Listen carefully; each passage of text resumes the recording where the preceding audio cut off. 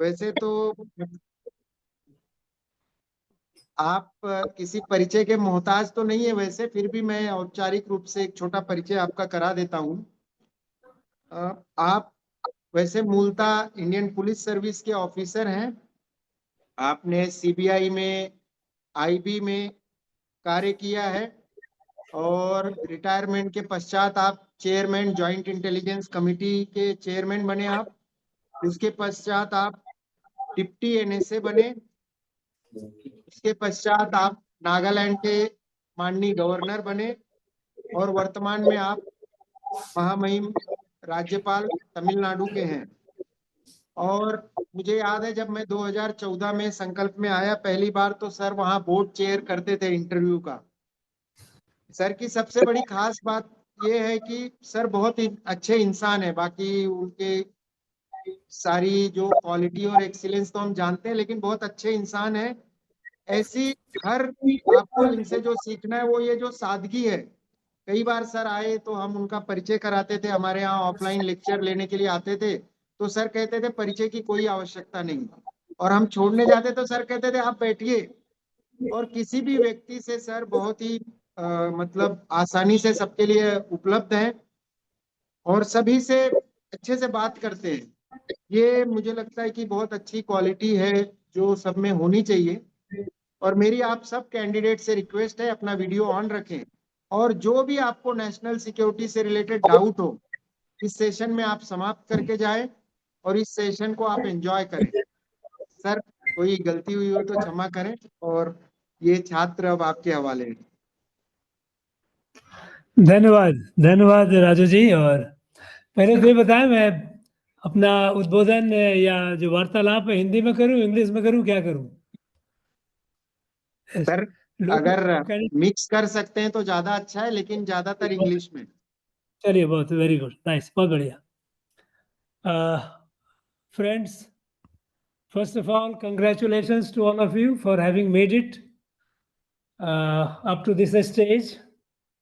This is born out of your hard work, your dedication. I congratulate you all for this and certainly wish you the very best for the interview. ऐसा है कि ये अभी का session जो है, हम नेशनल सिक्योरिटी पर चर्चा करेंगे। मैं एक छोटा एक कैप्सूल दे दूंगा। ऐसे आप अभी इसकी तैयारी कर रहे हो, बहुत सारे प्रश्न आपके मन में होंगे, you will have lot many questions in your mind, doubts in your mind. I would like much of our this session dedicated to your questions, answering, responding to your questions. So keep those questions in mind. Let me first briefly give you just a thumbnail sketch of the national security scenario as it exists today. We know that our country, our nation is better secured today than ever before. Ever since independence, the status of national security, never it has been as favorable to our country, Bharat, as it is today. Now, when we talk about, let me elaborate.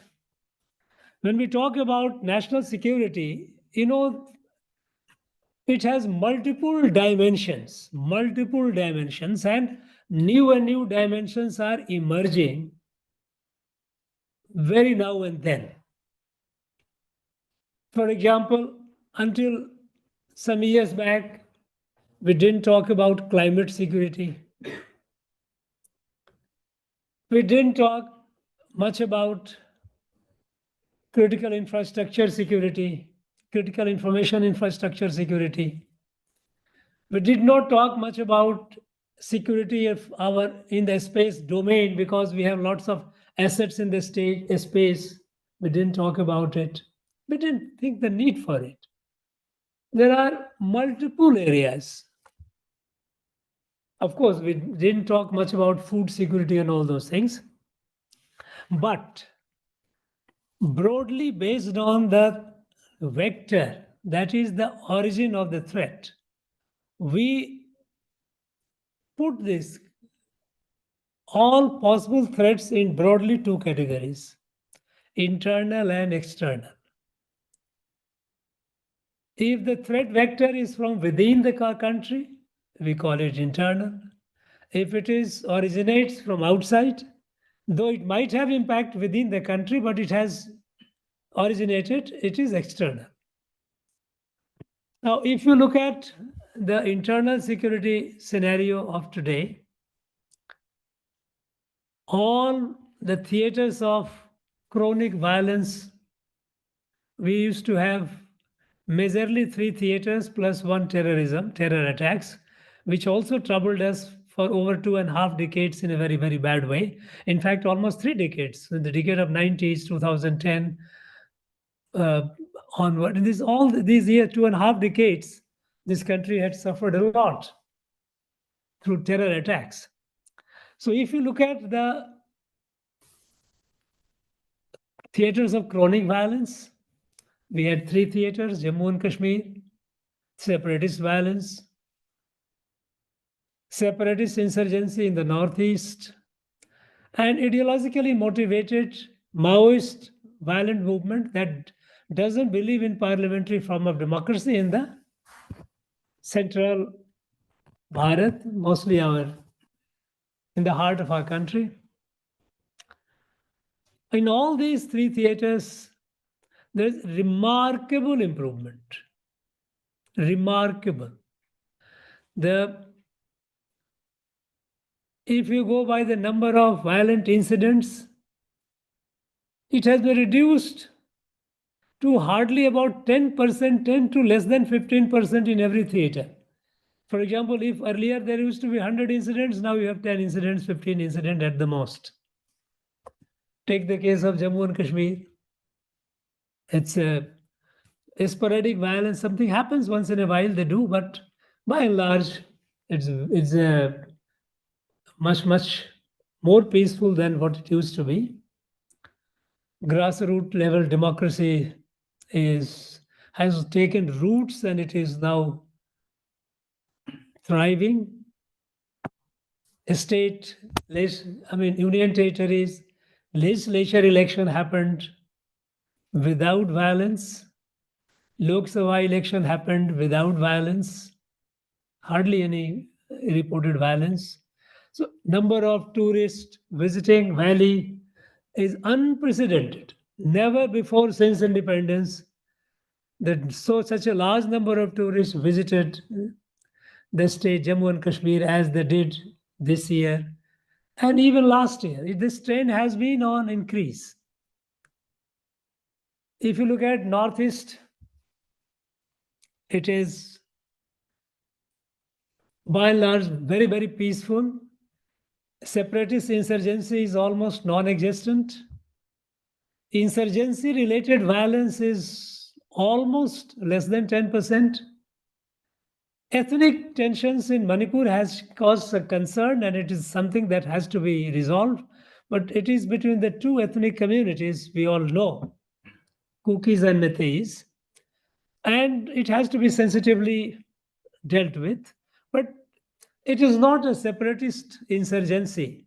It doesn't have that character. So it doesn't fall into separatist insurgency category of violence. So Northeast, if you leave out the ethnic tensions in Manipur, the rest of the Northeast is very peaceful. Development work has been going on at unprecedented scale. Infrastructures in every raid, road, new airports building, expansion of existing airports, digital infrastructure is at unprecedented scale.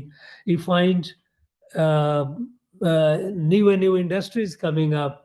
Even in Assam, the semiconductor industry, nobody could have thought of that. An industry with such a capital-intensive industry of a semiconductor would come up in Northeast.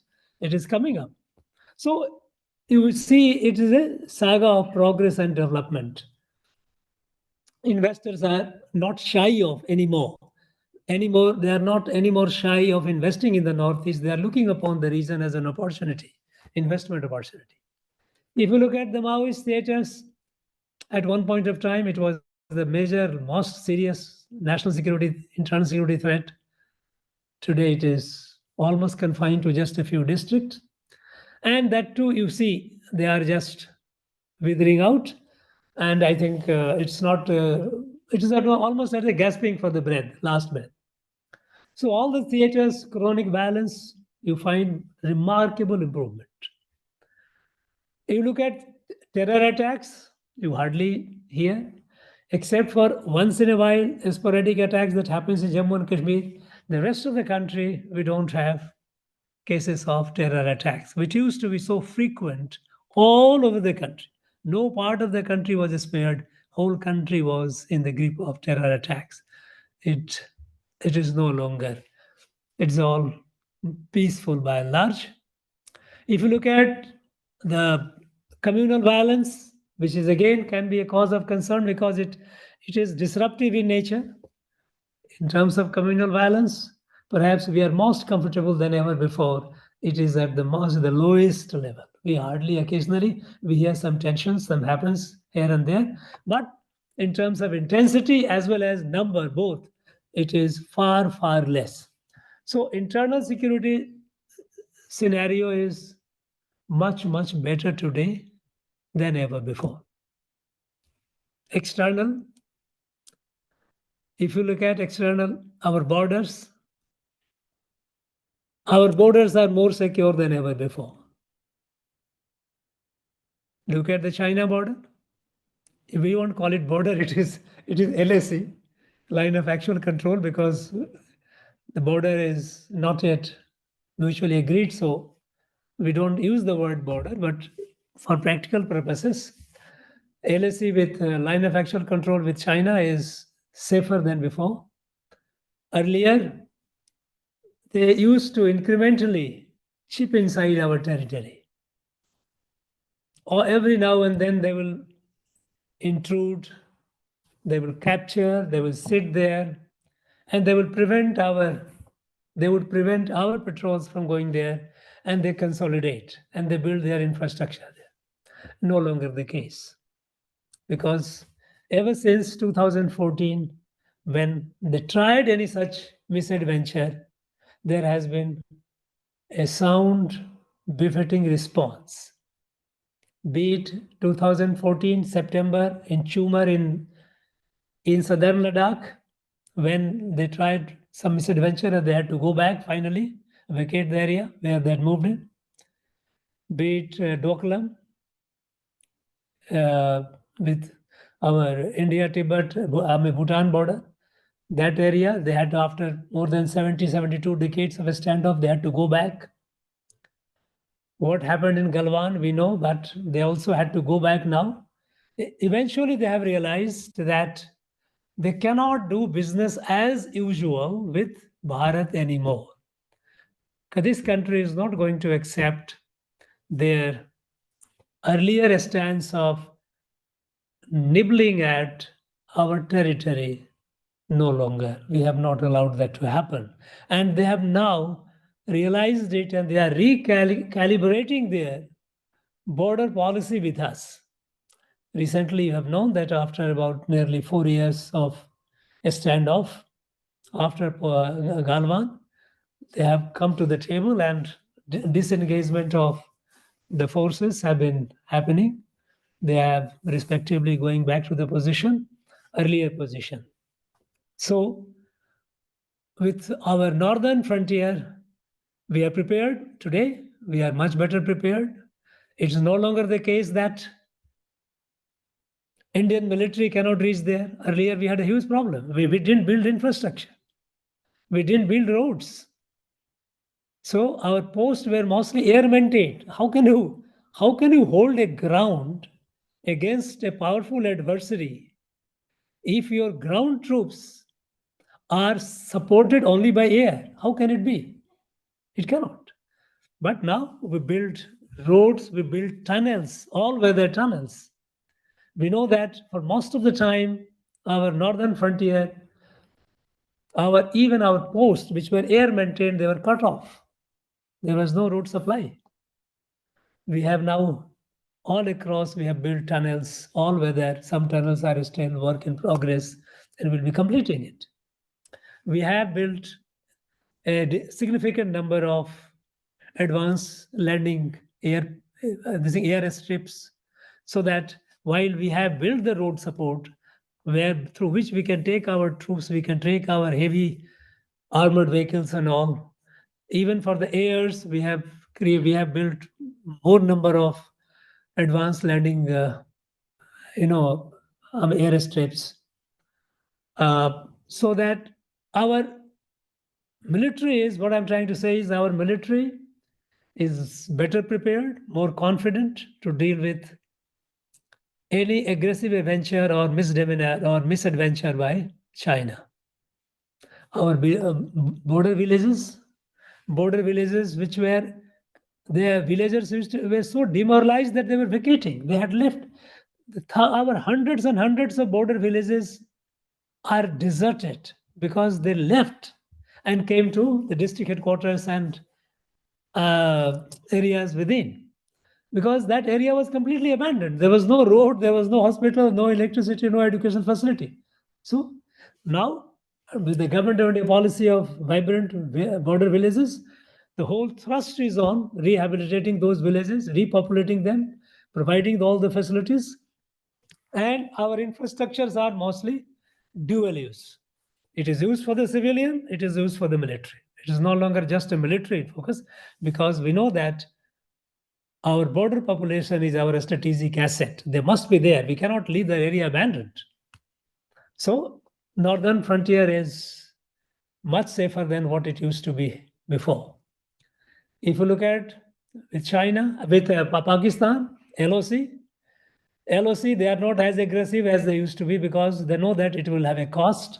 So they are very, very discreet. I will not say that LOC has become peaceful. No, it is not. But certainly it is much at lower scale than what it used to be. They are very, very careful. Very careful.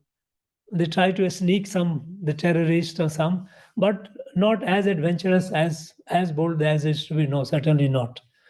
They have learned the lessons through our various operations that we did inside Pakistan, that it will have a cost. They have become careful. Our border with Myanmar, of course, we didn't have problem in the past also, and I think we don't have problem even today. With Bangladesh, for the first time, after this prime minister came, we settled the border. Imagine, partition of this country happened in 1947.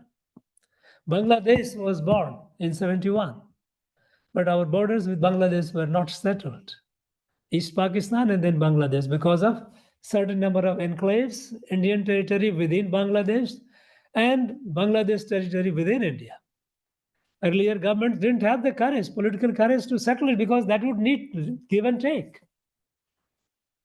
But we did it. This government said so. Border not being settled, it has its own problem, because the border guarding force or the Bangladesh troops, they will always try to be adventurous, as they did in 2001. 2001, they did try to take over some of the enclaves, even though the border was not settled, which they claimed it was there, and that led to loss of lives on both sides. Now, with border having been settled, there is no such issue now. We may have issue with what is happening, developing in Bangladesh, but certainly not the border is settled. Our maritime borders are all settled. We don't have any issue. So if you look at our frontiers are safer than before. Our military is more or rather better prepared than before, both structurally. Structurally, because earlier our military used to work in their own silos, Army, Air Force, Navy, working in separate silos. There was no jointness. And we all know that in any war, and more so in modern warfare, is not a war of any one domain. It has to be a joint assets of all the militaries. Entire military has to be. It is whole of a military approach. It cannot be. But we didn't have that. So structurally, we created CDS, Chief of Defense Staff, to create the jointness. And our work for command theaterization is work in progress. We have made significant progress where in every theater, all the wings of military, Indian military, be it Air Force, Army, Navy, they will all work together jointly, because jointness, you should understand that it's not that the troops coming together and fighting. No, jointness means a lot, because each each wing of the military, whether army had its own communication system, Air Force had its own communication system, Navy had its own communication system. How do you joint if you have a multiple communication system? There has to be a one communication system.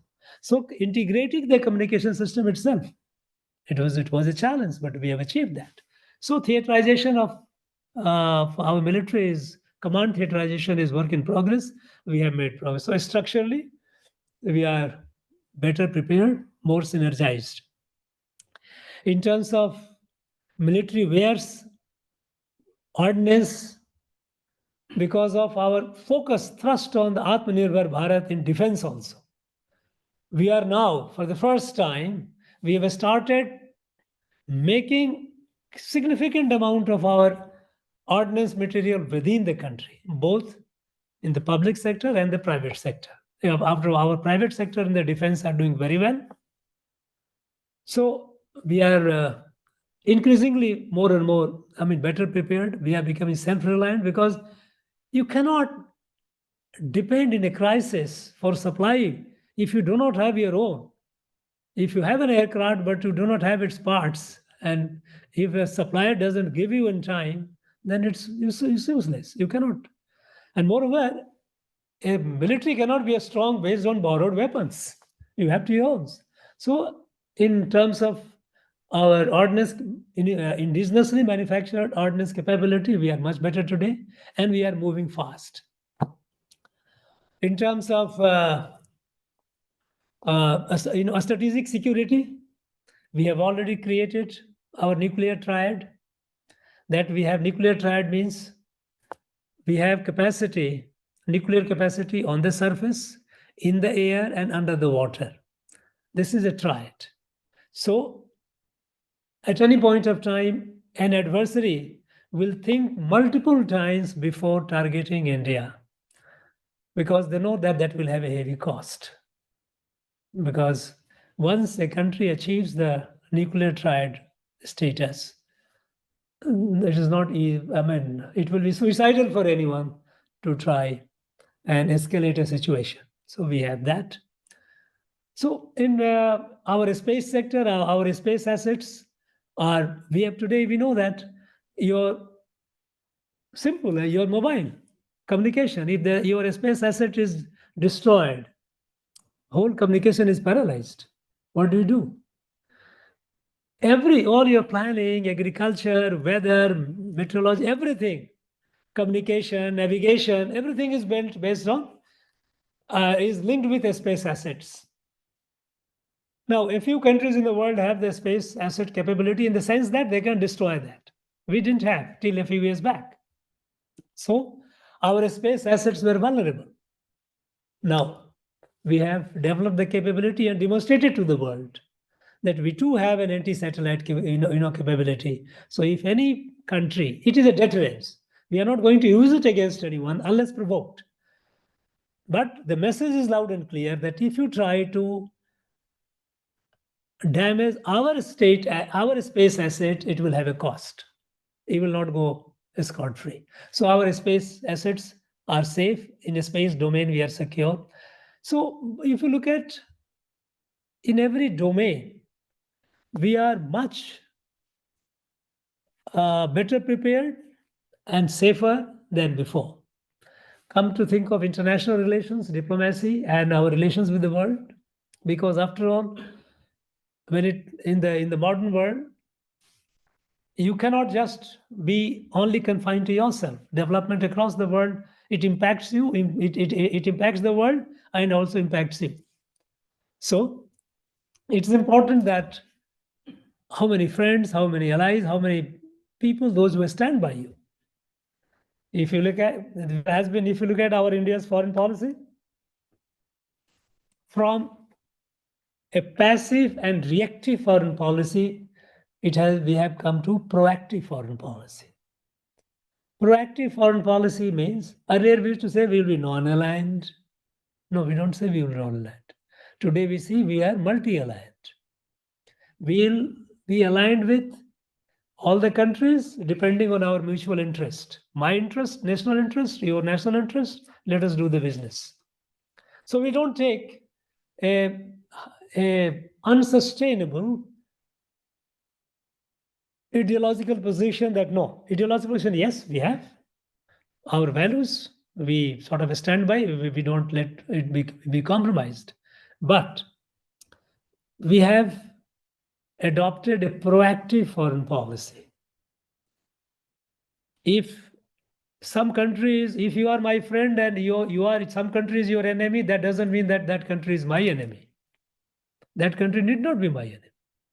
You can be my friend and that country also will be my friend. That's okay. That's perfect. This, for the first time, we have demonstrated it. And if you look at, we have seen in the recent wars which are ongoing, Russia-Ukraine war. If it were earlier position, we would say, no, we are not aligned, we are neither side. We don't say that. Our position is that we are not non-aligned. We firmly believe that violence is not a means to resolve a dispute. So we don't accept, we tell Russia, we tell Ukraine, no, violence is not acceptable, better come across the table and dialogue. But we have relations with both the countries. We have no issue. Allies of Ukraine, Russia and Europe, we have good relations. We have good relations with Russia also. When the West imposed sanctions on Russia, we continue buying our fuel from Russia. We say, no, we will not go by what you are. This is your business between you and Russia. As far as we are concerned, we will have our business because Russia is also our trusted ally. They have been our friends through thick and thin. And moreover, we need energy. Who will give us energy? If we don't get Russian energy, Russian fuel, then we have to pay far more if you have to buy from somewhere else. It's not my national interest. My nation first approach, nation first, and relations with all the countries based on our mutual interest. The fundamental principle of our international relation is what has been the motto of G20, Vasudhaiva Kutumbakam. We believe that the world is a family, one world, one family, one future. That is actually the ideological underpinning of our foreign policy, that we believe in that. We believe that the world should be inclusive. It should not be discriminatory. There are problems that must be addressed, problems of poverty, it must be addressed. The existing global order has not solved the problem of war or poverty. In fact, after the Second World War, when the New World Order came into being, they came with an expectation that they will ensure that there will not be any future war. But look at this, war has been happening and has continued. They have not been able to stop. They would try to address their human issues of poverty. No, today, large part of the world is hungry, malnourished. They have failed miserably on every count. Sustainable environment, sustainable climate, they have failed miserably. So we too believe that the present existing world order has failed in their responsibilities, and we need to move towards a world order which will be inclusive and equitable. Inclusive is we do not exclude any part, and that is what happened in G20. G20, when last year when Bharat hosted this was the presidency, hosted the presidency. What did we do? We did the most revolutionary thing of including South Africa Union sorry, this African Union, South Africa, not African Union. African Union, imagine a continent having such a large mass of humanity. They have been excluded from it as if they are marginal, they are insignificant, simply because they are poor, simply because they do not have the material resources. No, they are human beings, they are like us. We have to treat them. We did that. Take the case of COVID. COVID, when it hit the whole world, advanced countries, when they made the vaccines, they started hoarding the vaccines and raising the price of vaccines, taking it as an opportunity to make money. Bharat, it distributed the vaccine, even though we were not saturated in vaccination. We shared the vaccine, our vaccine, with more people of more than 150 countries. Because we believe Vasudhaiva Kutumbakam, the world is a family. We walk the talk. When the world talks about sustainable environment and climate, it is we who are taking the lead in clean energy. We were the one who built first the International Solar Alliance, to which initially there are many countries who are skeptical. Today, more than almost 100 countries are member of it. They have realized it. Our thrust, we have taken a bold decision by 2030, 50% of our energy will be from green energy, green sources. And by 2070, we will have a zero net emission. Now, this bold decision we have in India, Bharat is the only country which has done it. So, in our international relations, we are bold, proactive, moving forward, taking the world as a family, decisions which serves our interest and interest of others for the good of the world, sustainable world, inclusive and equitable sustainable world towards that. And that is now, it is a result of that the world today, earlier 10 years back, we were not in the reckoning. Any problem happens, and Bharat was looked upon as an insignificant country. Today, they all look upon Bharat. The expectation of the world has increased from Bharat, that Bharat will be able to do something good, show the way. That is why you see even in Iran, there's Russia and Ukraine, and this Israel and there's Hamas, there's conflict, Israel, Hezbollah, all these.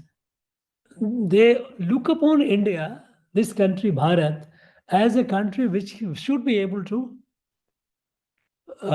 help them coming out of this mess. Our bold policy, look at Israel. With Israel, we had diplomatic relations we established in 1992, formally. But no prime minister visited because we were afraid. Earlier, people were scared that if you go to Israel, perhaps our Muslim community here will feel unhappy. This is a very, very narrow and constricted communal mindset. Prime Minister Modi visited there, and we have best of relations with both. We have the best of relations with Israel. We have the best of relations with Arab countries. They are our most vibrant trading partners. Now, so on the foreign policy front, we are much better. We are much bolder than ever before, and to the advantage of us and to the advantage of the rest of the world.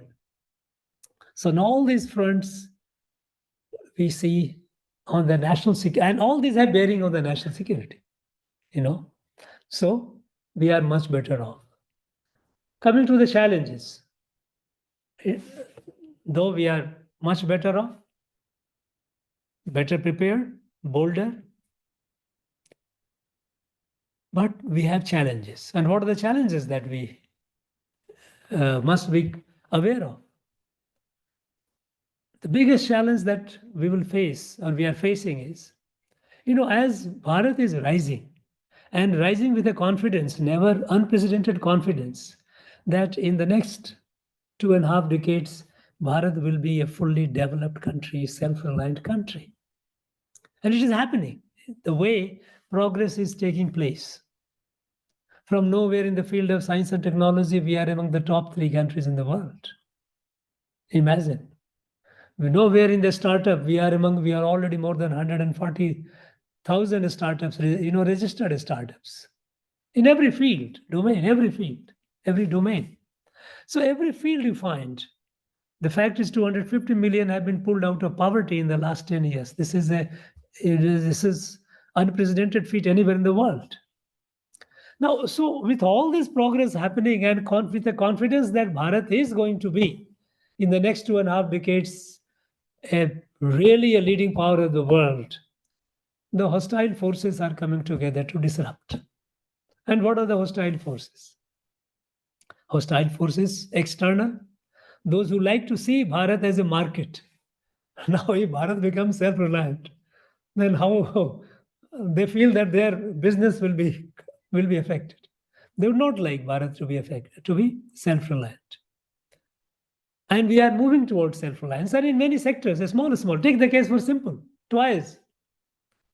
We were importing billions of dollars of toys for imagine our country, whereas we had so much of craft skill, so much of a skilled human resource here. Today, look at this. The whole thing is turned upside down. We have become we hardly import any. In fact, we are exporting now. And it is giving livelihood. It is boosting our economy. So self-reliant, I'm giving you a very simple example. Defense sector, which is the major sector, for the first time, we were always importer and we had the dubious distinction of being the largest arms importer in the world. We do buy even today heavily, but we are moving towards self-reliance in defense and also defense export. Almost nearly 22,000 rupees, 22,000 crore, nearly almost about nearly 3 billion US dollar worth of export we did last year. Both public sector and private sector defense manufacturers. So we are confident that in coming years, we will become self-reliant.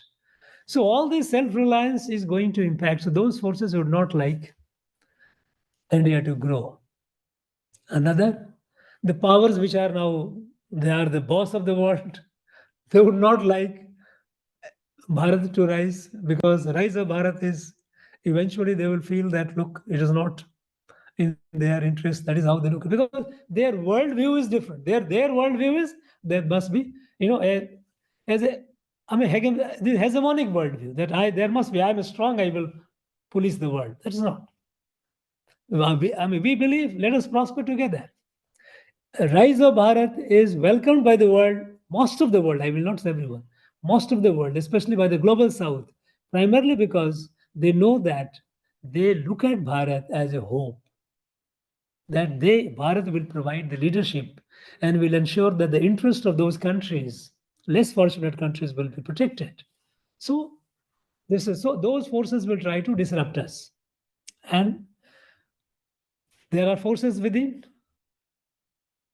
not only market, even as I said, market forces as well as hegemonic forces.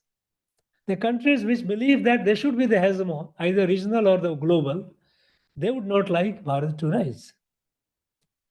Take the case of China. China would like to be eventually their dream is to be the sole, locus of power in the world, global power. And when Bharat rises, it undermines their hegemonistic dream. So they would not like, they would do things to undermine our growth.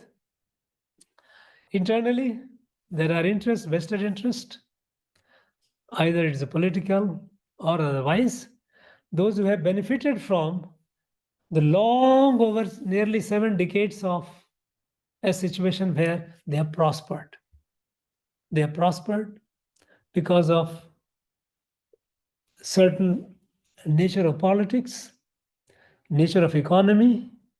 We kept talking about, people kept talking about poverty, removing poverty, made good fortune out of it, political fortune, economic fortune, they made out of it, and poverty kept increasing. Now, if they find that poverty is being eliminated, If 250 million people have been pulled out of poverty in last 10 years, it is not a good news for them. If they feel that this kind of politics of accountability, corruption free, if it is pursued, it is going to create a problem for them. So those vested interests from within, they will operate in collusion with, together with those forces which are external forces. They will try to disrupt the growth of this country by creating social tensions, which will be disruptive in nature. They can escalate it, creating a sense of fear, undermining the confidence in our constitutional institutions like judiciary. They will say judiciary is compromised, election is subverted, EVM is compromised, this election commission of India is not reliable. Now, undermining the public trust, public confidence in the constitutional institutions, which is the bedrock of a sustainable democracy. That is a major challenge that we are likely to face, which we are facing. Through fake news, false news, rumors, technology-enabled, constitution is in danger, democracy is in danger, Supreme Court is compromised. All these are any development work, any progressive work in the name of environment. You will find the groups coming on and trying to disrupt it. Many of our projects, they are facing this. We are overcoming those challenges, but it retards the progress. It slows down. And that is what they want. They would like it to be disrupted completely, but that's what they will continue doing. Now, this is the threat that we have.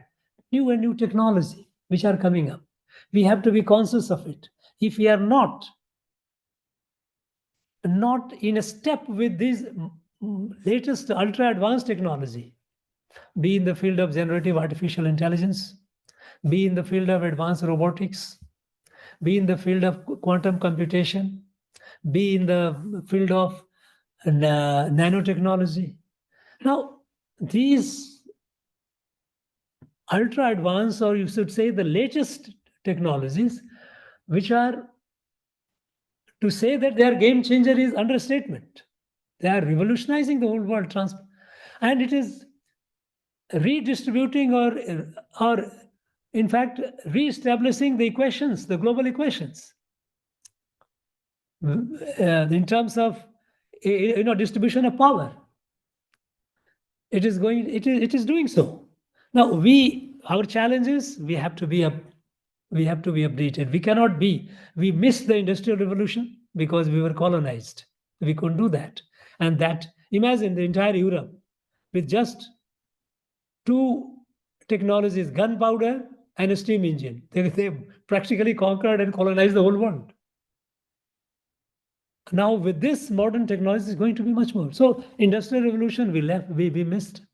IT revolution, we didn't do much, though. I mean, through the private sector initiative, we did. But the fact is that we didn't put as much as we ought to have, because there was no so much of conscious effort put in by the government, by this, So practically we didn't keep at pace, though we managed thanks to our private sector.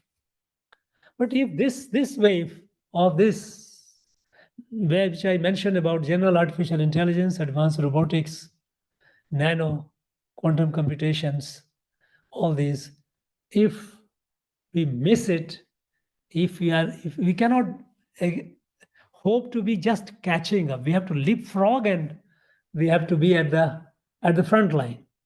And that is why the government has created all these artificial intelligence mission, quantum mission, all these advanced technologies for which we have created. And there is so much of a greater thrust on research, innovation. You should remember that until a few years ago, in terms of research and innovation, we were nowhere in the world. There is a body, international body, it is called WIPO, World Intellectual Property Organization. It tells you every year which country has created how many intellectual property? That is patent. Of course, the largest number of patents are from China, then from US and all. We were nowhere. We were 0 point some. Now we are making fast progress. Last year, we have crossed almost nearly reaching about 1 lakh, about 85,000 patents we made. But there is a greater thrust right from the school level that we must innovate. We must emphasize on research, innovation, and entrepreneurship. Only then we'll be able to catch up. We'll be able to leapfrog, not catch up. We'll be able to leapfrog. Our national education policy is geared essentially to meet these challenges. So we have challenges. We have a future challenge of climate security. Look at this. Now some countries like China is developing capability to create artificial rains, floods, which they can do though. Suppose if our adversary creates a situation whereby our rice growing, our food grain growing belt, a couple of seasonal crops are destroyed because of excessive rain, then where are we? It is a huge problem. You might have read in the newspaper about the largest dam being built on Brahmaputra. Now, largest dam being built on Brahmaputra, suppose if they just release the water, if it is built and it comes up, you will find that whole belt, Brahmaputra Valley, is completely gone. Now, these are problems that we are conscious of, we need to be aware of, and we are preparing for it. It is not that we are conscious of.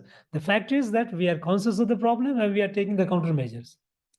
So this country is, for the first time, with the whole of country approach, not only government, but when I say whole of country, means the country whole, government and private sector together,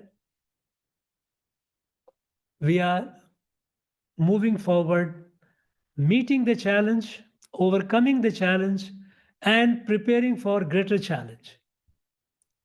And I'm confident that we will do that. Now, broadly, I think I have taken quite significant amount of time for giving you the broad landscape, national security landscape, and describe you.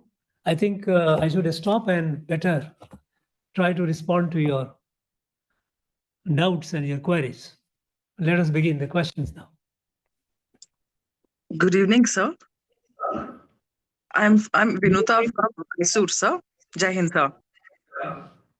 Sir, I have a question regarding theaterization, sir. Sir, do you see any roadblocks in the way to theaterization in the Indian Armed Forces, sir? If any, what are the roadblocks, sir?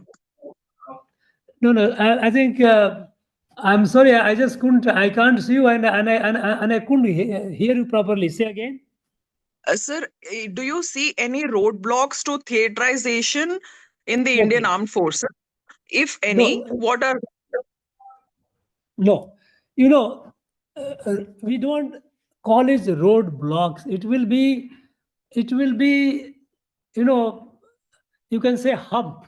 When you are driving, there is a hump where you have to stop and then come to zero again, overcome. There are no roadblock as such, but there are essentially the issues which we need to sort out. Like, as I mentioned in my introductory as part of my talk, that when we talk about theaterization, means three wings of our military. All the wings, put it this way, tomorrow we have a cyber command, then that will other wings. So there's no point in 3 or 4. All the wings of our military must have a common operational culture, develop it. To build that operational culture, we are building their common communication system, common logistics, equipments. You have large inventory of military wares, which can be used by other wings of the military also, but it is lying with one, and the other is not even aware of it. So actually the problem that, or rather if you can call it, some difficulties that we are facing is, and which we are overcoming, these are not big difficulties, are essentially cultural issues. First of all, each military is a conservative organization. They have a very well developed culture which happened over a long period of time. Now, each one of them have their own, each wing of the military has. So that becomes a little issue, but it is not an insurmountable. It looks big, but it's not that big. Then the issue of a feeling that, okay, in my, there could be some smaller issues, that suppose, each one feels that perhaps I am the one who is the best and all. So I think I don't see any major or any insurmountable roadblock in theaterization. Whatever problems that will be facing or we are facing is essentially of logistic.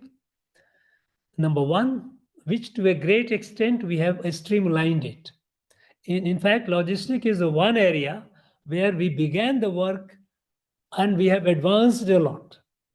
It is not that we are going to start it. We have already advanced a lot in that. Some hiccups will be there. I won't call it even a major problem or so. I would call it hiccups. So those hiccups will be resolved. It has happened in every country, wherever. When United States of America, the first country to go for theaterization, they also had significant hiccups, and in fact they took several decades before they could actually say that they have achieved that theaterization as they wanted. I'm not sure whether they have achieved that as they wanted, but to a great deal of satisfaction. Yes, they have achieved that. So it is a work in progress. It doesn't happen overnight. It cannot be through a command that you issue a command, it is done. No. It is a work in progress. Or, for example, let us say common training. Now, each wing of the military, now their officers, initial, maybe some certain months, they have a common, in the same academy, being trained together. And then they branch off to their respective specialized training. Because combat, there are certain common elements. And some specialized. As far as specialized is concerned, you go there. But you develop, you grow together. Communication, as I mentioned, logistics, as I mentioned, inventory, as I mentioned.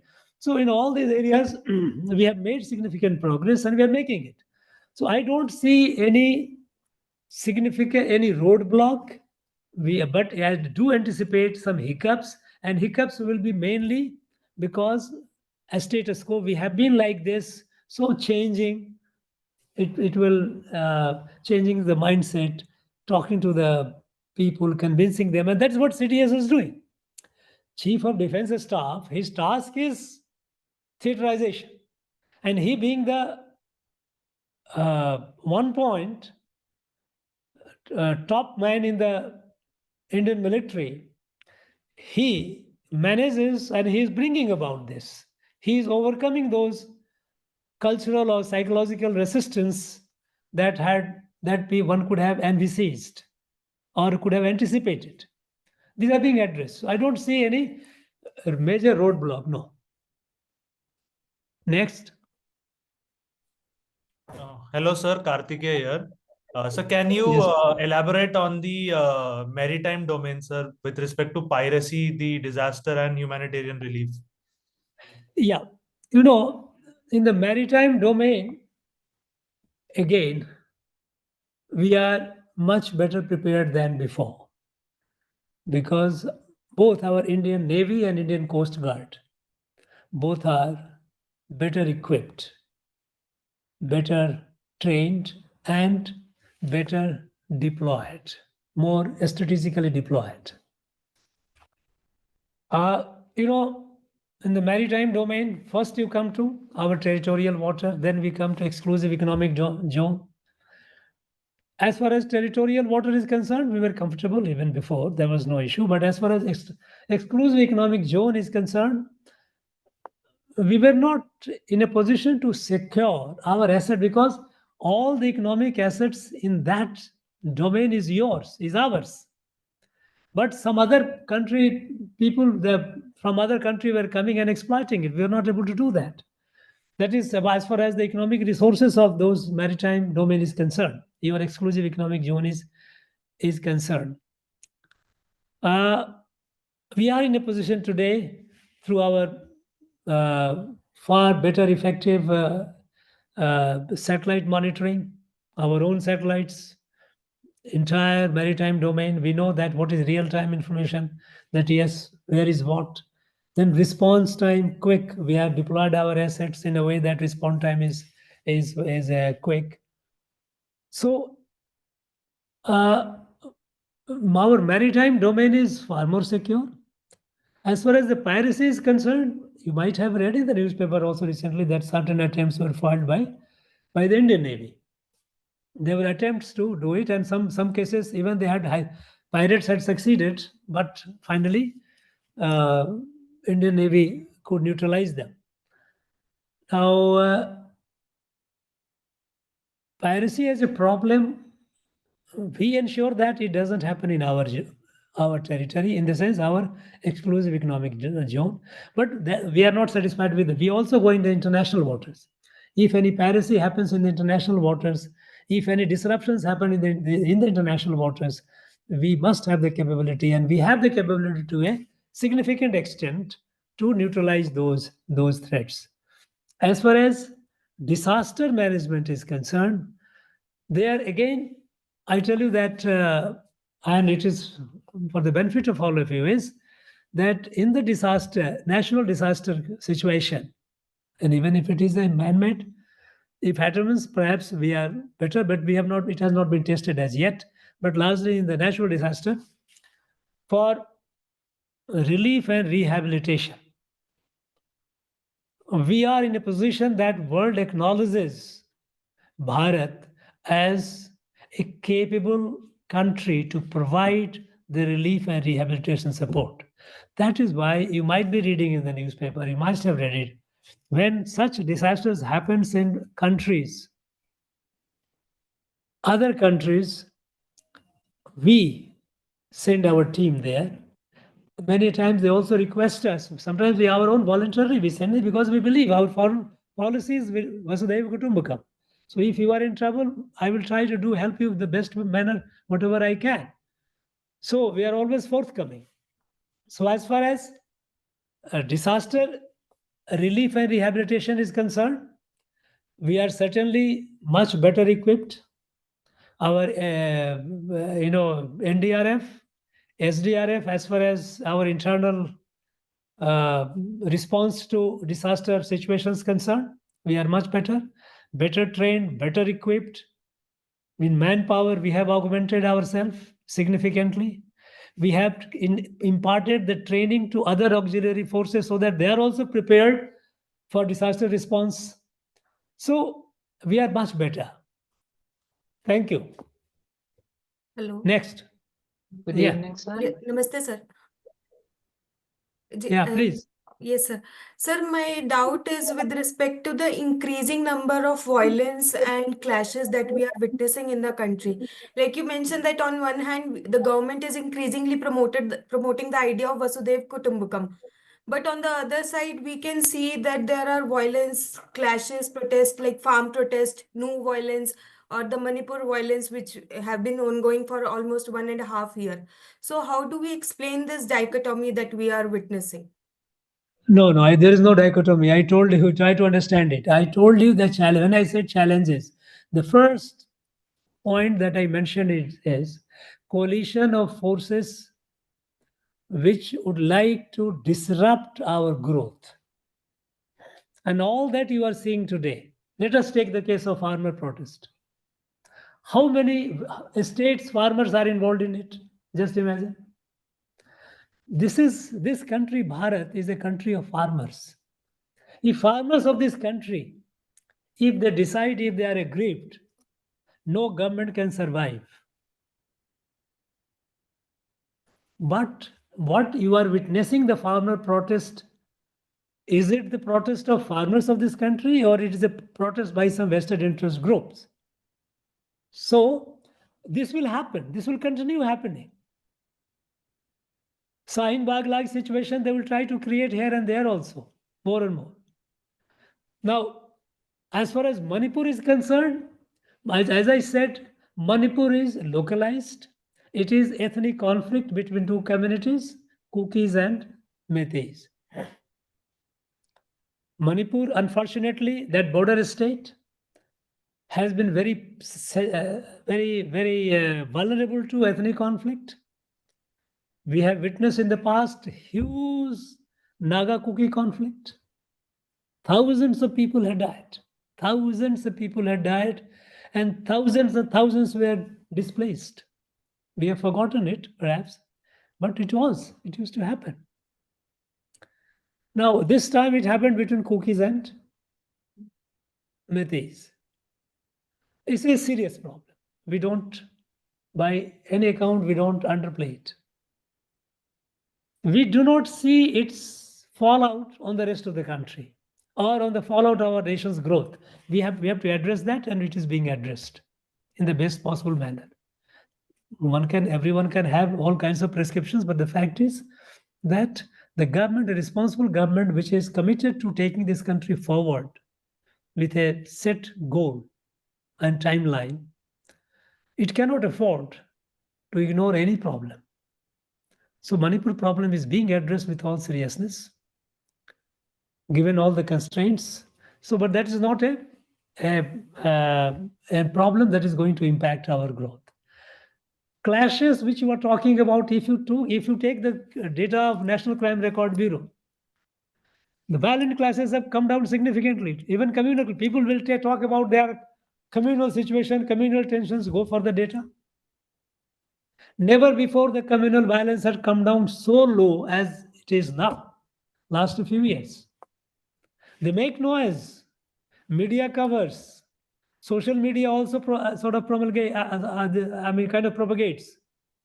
But on the ground, these are problems which are essentially by the adversaries to create a psychology of despair. Because we are moving forward with an unprecedented hope, never before. Until 10 years back, we were all lost. We thought, oh, this is our destiny. We will remain at the margin. People were all the countries of the world were all teaching us lessons. Do this way, that way. Today, they don't. Now, this unprecedented confidence and hope, they want to create despair. And for that, use the social media, create false news, fake things is not even news, and propagate. After all, if you look at the farmers, many attempt, and they have been changing the goalpost. You do it, and they will change it. Say, okay, 3 farm laws recalled by. But no. Now, come for MSP. Now, MSP is being given, but you want a legal, a statutory status. How can it be? In no country and no government can ever think of fixing up a statutory price of any product. It has to be situation driven, time driven. At that point of time, how is the situation? Prices will go up and down. Yes, minimum support price, government ensures that farmers are not put in distress. The government is committed to see that the farmers' income increases. But no, you want, and who are the people who are doing it if you come to think of it? Look at their way. You have seen the video clippings, what kind of, how they are. So I don't think there is a dichotomy. No, there is no. In fact, this is what they want. They want to create a sense in our people that things are not okay. And we have to be alert on that. Things are much better and beautiful than ever before. Thank you. Next. Jai Hind, sir. Yeah, Jai Hind. Sir, my name is Isha. So my question is regarding the growing hostility in our neighborhood. Like the situation, we already have a hostile relationship with China and Pakistan, and Nepal and Sri Lanka. They also feel the big brotherly syndrome from India. And now there is Bangladesh, where the situation has been taken a turn for the worse. How can India navigate such situation with its neighborhood first policy? You know, first of all, be clear in your mind. Yes, with Pakistan and China, we know our relation. But as far as Pakistan is concerned, we are dealing with in a way that we have completely isolated Pakistan. No business. We will not talk about you. We will not talk with you. Forget about it. Until you have a firm commitment of no terror, no terrorism. We have made it very clear, demonstrated it, and they are now facing the consequence, facing the heat of it. You know what is happening in Pakistan today. As far as China is concerned, we are very clear. As far as our economy, our trade is concerned, commerce is concerned, we are continuing.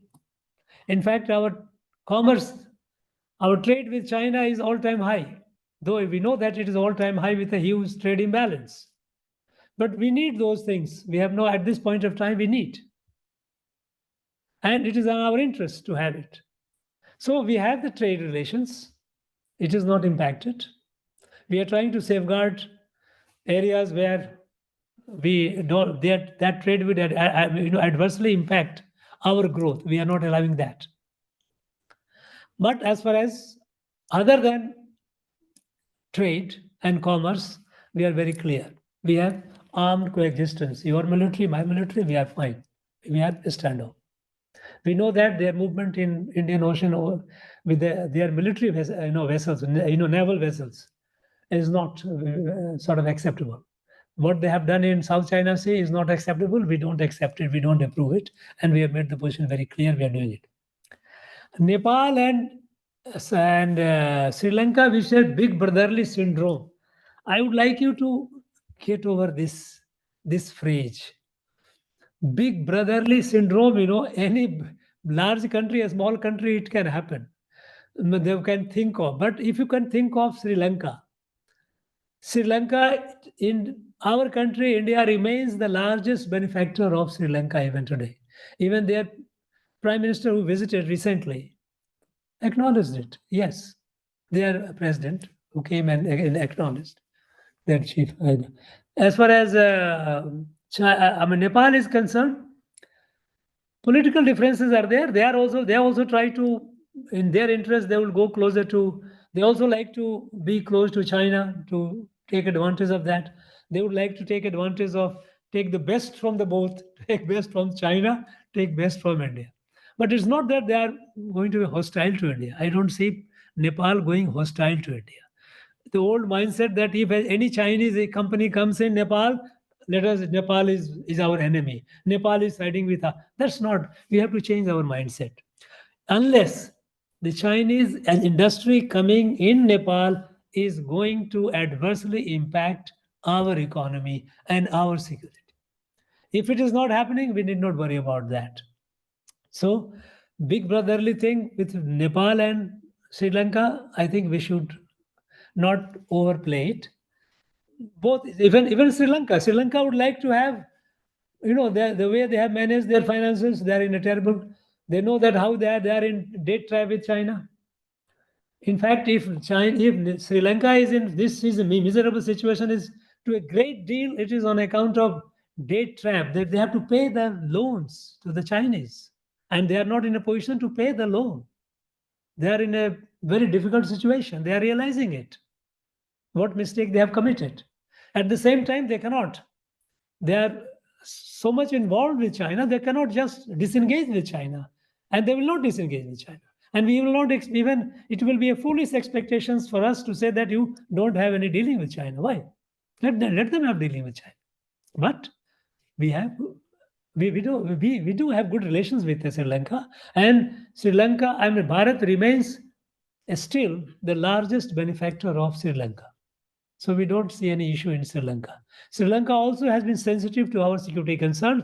That is why, as and when Chinese naval vessels are coming close to and when we inform them that look, this is what's happening, they have been sensitive to our concerns and not allowing those vessels to come and port in their harbor, dock in their harbor. So as far as Nepal and Sri Lanka is not, things are not bad. As far as Bangladesh is concerned, yes, Bangladesh, our concern is the rise of radical Islamic forces. That is what is, but it is largely their problem. Their problem is not that it will not have a spillover. We will be, because after all, if it becomes more radicalized, then we will certainly be affected by that. But we are watching and we are taking measures. We hope that Bangladesh is not all gone completely, because Bangladesh still is rule bound in the sense that they will have elections in some time. They cannot have this government for all time to come, because if they do that, there is going to be much bigger civil riot in Bangladesh. Much far bigger civil conflict is going to be in Bangladesh. So Bangladesh will be going for elections, and let us see what happens in that election, who comes. Meanwhile, the activities of Bangladesh government, Bangladesh radical elements largely in Bangladesh, it is a matter of concern for us, and which we are conscious and we are dealing with it. So in our neighborhood, as far as Bangladesh, disturbed Bangladesh, it is a new development that we are conscious of. As far as Pakistan and China is concerned, we know how to deal. We are pretty okay with our way. We know how to deal, and we have been dealing with them. With other countries, we have, even with Myanmar. Myanmar, there is internal strife going on in Myanmar, but we have good relations with Myanmar. We have no issue. We have no border issue. We have no other issue with. So as far as our border first policy is concerned, neighborhood first, not border. Neighborhood first policy is concerned, we are giving assistance to, we sort of stand by it, and we do give assistance to our neighbor in terms whatever is needed. Even in terms of space assets, we are helping our neighboring countries in making use of our satellites for their space-based requirements, be it agriculture, be it navigation, be it of planning and management. All those things we have. In fact, our Prime Minister gave a concept of a SARC satellite, So I think there's no reason for us to worry too much. One is we are much stronger, far more capable than what we were. If the same situation were 10 years back, we would have been more concerned. Today, we are not. Not that we are not concerned, but we are not concerned as we could have been, because we are far more capable of protecting our interest, because our economy is the fastest growing economy in the world today, large economy in the world today. In every domain, we are among the front ranks. So India is, with its vibrancy of this country, overall vibrancy, is our strength. So if such developments happens in our neighborhood, we are not unduly perturbed by it. Yes, next. Good evening, sir. sir.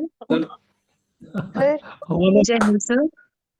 Yeah, sir, I had a few questions regarding the Manipur conflict. First, what exact steps have been taken by the government till now? Second, why have we not able to resolve it till now? And sir, third, given your great experience working in Northeast, how do you see what would be your recommendations for the situation? Listen, all of you, you are going for an interview. And whatever I am telling you, I am preparing you for interview. It is not the question of my view, my personal. I R.N. Ravi is not different from R.N. Ravi governor. R.N. Ravi is a part of the Indian government. I am not different. So whatever I say is going to be completely aligned with the government of India view. And you are going for interview, so you must be prepared for it. So when in the interview board, suppose if you are asked, what is your view? For God's sake, don't say this is my personal view. This is your act. Don't be an activist. You are future civil servant. And as a future civil servant, it is for all of you, for all questions. Questions can be provocative. Don't get provoked. And don't go with your personal view, which could be based on some op-ed written here and there, which are all personal views of individuals. You don't have to go. You have to go by what is the government of India view on it. Now, coming to Manipur.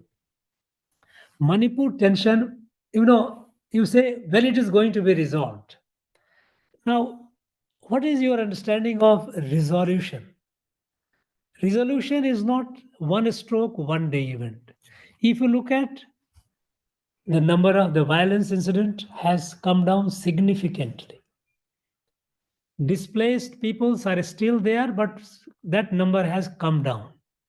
Supply to displaced people are all going on. There is to their needs and all. Our effort is to see that they're being back. They must come home. They should not be remain there. So, sharp decline in violence is a mark of and improving that the tension is lowering down. It has erupted and escalated in such a manner that it will not just be subside overnight. But if you look at the violence, it has significantly come down. Government of India is engaging with all the stakeholders. Is talking to them. These are the measures which government is taking. Engaging with all the stakeholders, Kukis, Meiteis, all the stakeholders. Civil societies, government, state government, central government of India is assisting the state government, monitoring it, how it is being done at the highest level. So our effort is cool the tension, bring the displaced people home wherever they have gone through, create a situation whereby the life is again, it builds up, again start their normal life, people, and bring normalcy so that the harmony, the coexistence that the people had, it is restored. Of course, it never had Manipur, as I told you, it has a history. It has a history, and if you interview, they ask you on the Manipur, you must know that Manipur has a history of ethnic conflict.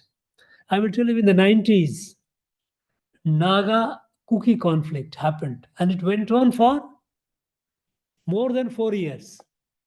More than 4 years. More than 1,500 people died, killed brutally.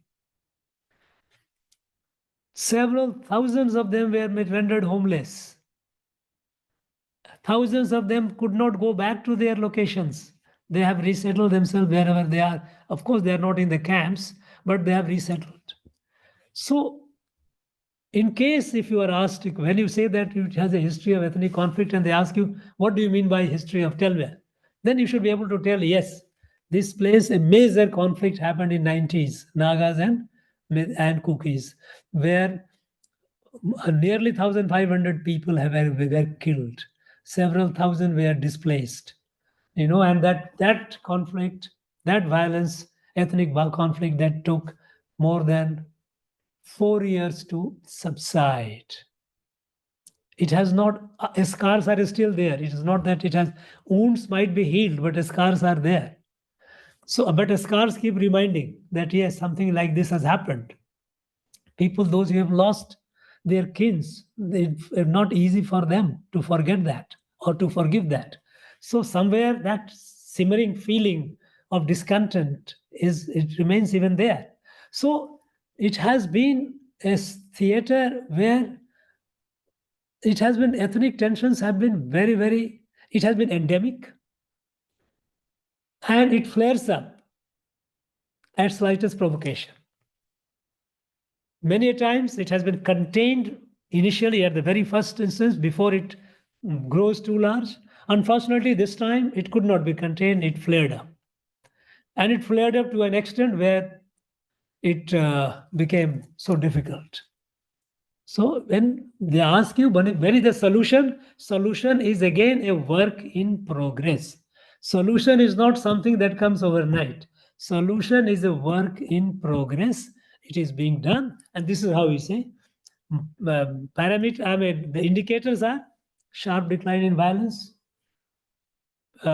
People, those who have been displaced, their attempts have been made to supply the provisions and all, so that their sanitation, food, all the requirements are being met. And Government of India is engaged with all the stakeholders, and they're trying to bring them together. So that's how it is. Okay, next. Good evening, Good sir. evening. Good evening, My sir. question is related to cyber security. Sir, day by day, we are seeing that the cyber criminals are coming up with new modus operandi to dupe people. And sir, we have also seen reports that China has created an army of cyber warriors. So, sir, how are we dealing with the scale of this emerging challenge in India? What all can we do? No, again, you must realize that I will respond to you. I'm preparing you for your interview. Okay, so when such question comes, how will you respond? How should you respond? My response is going to be like that. You should say that Government of India is aware of it. In terms of information technology, we are reasonably advanced. We are not a country which is behind in terms of information communication technology. As far as the cyber security capabilities are concerned, institutional arrangements have been made. Institutions have been already created by the government to protect our institutions from cyber attacks. As far as the critical information infrastructures are concerned, there is an entity, National Critical Information Infrastructure Protection Cell, which is located in NTRO, which protects all our critical information infrastructure. Beach, nuclear, space, and all those, where there are so many that goes into it, and they protect it. So they are very capable. As far as others, we have our the units located within the IT Ministry, Information Technology Ministry, which takes care of the cyber security of non-critical infrastructure, critical information infrastructure domain. So institutionally, it has been created. And as far as developing new tools, it is a ongoing game. New tools are developed by your adversary, and you create counter tools to negate that. At the same time, you also create a capability to penalize the adversary in case adversary becomes too audacious. That is why we call a policy of sword and shield. Shield is where you protect your asset from cyber attacks, and sword is in case if it is a persistent, then you hit back. So that, as we did in case of our airstrike that we did with our neighbor, that a punitive strike. So India has the capacity of sword and shield, cyber sword and shield. We have created institutions. It is functioning, and you should say that we have reasons to believe. We have reasons to believe that given our IT heft in terms of knowledge, capability, And in terms of institutional infrastructure, we are capable of meeting, though it remains a dynamic situation. New tools your adversary will create, and accordingly, we too have to create. And I'm sure our institutions are creating those new tools to protect our assets from cyber attacks. Now that should be your response, because your response should be you cannot be alarmist. Okay, somewhere it is written in some op-ed will be written that China has developed this. Now what do? They have created cyber warrior. What makes you feel that we don't have, because we don't talk about it? No, I mean, there are things which need not be talked about. If you look at the China, if you read the Chinese newspaper, they'll be talking a lot about us. Look, this is what India is doing. So we don't have to get worried about that. We are, yes, we cannot be complacent. Your response should be, it is a serious challenge. We should not be complacent. And I believe that our country is not complacent. We have built institutional and technological capability to deal with cyber attacks. In terms of institutional, we have in our country institutions for protecting the critical infrastructure as well as other assets. And in terms of technology, we are reasonably advanced in terms of IT capability, and I believe that government is capable of dealing with the problem. Yeah. Thank you. Next. Jai Hind, Good sir. evening, sir. Jai Hind. Huh. Good evening, sir. Sir. Jai Hind. Thank you for Yes. the Sir, valuable insight, sir. Sir, my question was that we are seeing that there is increasing narcotic smuggling into our country. So, sir, how is it impacting or going to impact our national security? And what are the steps that we are taking to counter it? No, narcotics, yes, it is a serious threat, we do acknowledge. It is largely coming from a synthetic opium based as well as synthetic, purely synthetic. Afghanistan is the main source from where it is coming, being brought by agents, international agents, Pakistani and others who are trying to bring it. So narcotics is a problem, serious problem. That is number one. Number two is our Navy and Coast Guard. Our Navy and Coast Guard are sensitized, they are vigilant, and that is why there have been a number of interdictions on the sea. You might be reading in the newspaper off and on that we have seized a boat carrying so much of heroin, so much of meth, so much of the various kind of narcotic substances. We have developed capability within the state government, state police also, sensitization, the training. The fact that Narcotics Control Bureau, which was earlier in Finance Ministry, it has come to the Home Ministry.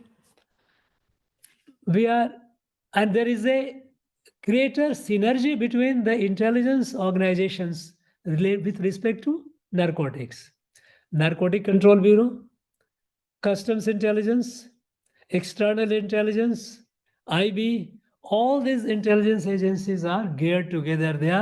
There is a very sound synergized cooperation, because in any narcotics smuggling, most important thing is intelligence, so that you are able to preempt it, you are able to seize it before it it comes on the land and it goes in the market and it hides.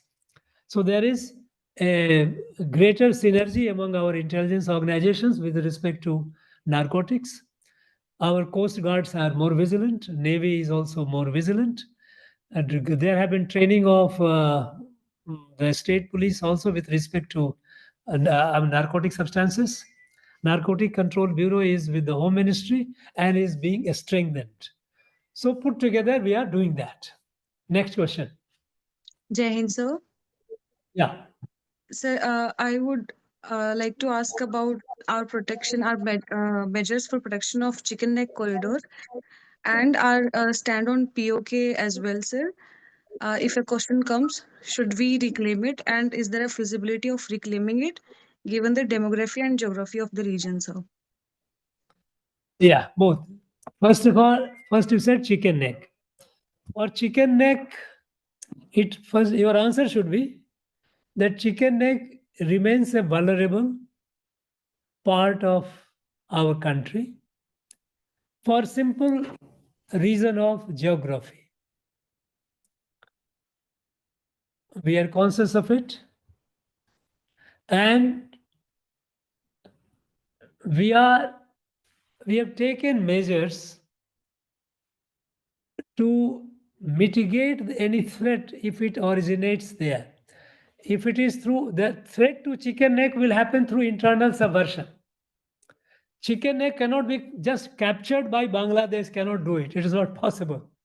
No, they will regret heavily if they ever try to. I don't think they will ever even dream of. We don't see any issue with Pakistan, with Nepal. You must realize that chicken neck and Siliguri corridor, these are two different areas. Chicken neck is about 18 kilometer by 22 kilometer of short stretch between Nepal and Bangladesh. Whereas Siliguri corridor is all along the North Bengal. North of Siliguri corridor, north of chicken neck, on the one side Nepal, on the west Nepal, north is Tibet and Bhutan. Now Tibet, since it is under Chinese control, that becomes a threat. So that is to Siliguri corridor, and south is Bangladesh. Siliguri corridor, as far as corridor is concerned, it is a pretty wide, and we have sufficient military assets there as well as in the northeast and in the both sides. And we don't need to worry too much about it. As far as the corridor is concerned, chicken neck is concerned, the threat will be only through internal subversion, that somebody will blast the railway line, and then supply will be affected. Movement of troops will be affected from east to west. And for that, we have taken measures. So chicken neck remains a vulnerable area, but we are prepared for it. It's not that we are not aware, we are prepared. As far as POK is concerned, if they tell you, if the question is, should we reclaim POK? Your question should be, yes, we should, at appropriate time. You should not say, no, we should go and have it now. No, at appropriate time. This is the position of the government. Government of India time and again has mentioned it even in the parliament, that POK is ours and we will have it. So your response should be POK, yes, POK is a part of India and we must reclaim it and we must do it at appropriate time. And I am confident that someday it will be part of ours. It will be de facto part, de jure it is, even de facto it will be part of Bharat. Next question. Next question. Good evening, sir. Yeah. Good evening, sir. I'm Yashika. Sir, my question is with respect to the problem of Naxalism in Chhattisgarh. What are the challenges we are facing and what more needs to be done to eliminate the problem completely? You know, about Naxalism, we call it Maowadi. Now the new Naxalism has become an old word. We call Maowadi because that is what they are. Naxalism is that is what it means. Now, as far as Maoist problem is concerned, we have shrunk the area. There was a time until a few years back when more than 200 districts were affected by Maoist violence. More than 200 districts. Today it is in single digit altogether. If you take Gadchiroli of Maharashtra and it's some part of Odisha and then Chhattisgarh, even then it is only in single digit. So, and you must be reading in the newspaper, there's a greater neutralization of Maoist. We are doing that. So Maoist problem is not a bigger problem. It is all on the right track. Maoists are being tackled. They are now gasping for the last breath. if they ask you what more to be done, or your answer should be that what government is doing should continue doing it. Because the way they have been dealing with it, that from over 200 districts, you have reduced it to single digit. The same formula, you continue it, so that eventually even that goes wiped out. So there is no need to do anything more. Because what government has been doing the question can be asked that what did the government do to achieve it? Your answer should be that very firm policy that Maoists are enemies. There is no question of treating them as our people. That confusion creates a problem. When your cell of your body becomes cancerous, you do not say that it is my body. It is a cell of my body. It has to be neutralized. There is no question. So if Maowadis are our enemies, they are the worst enemy of the people where they are. It is not a problem of poverty. That is how they used to say, because they are the worst enemy of the poor. They did not allow building of roads, hospitals, schools, laying of cables. They never allowed that. But now all these things are being done. We have built roads, we have built hospitals, we have built schools and colleges, we have built polytechnics. Recording in progress.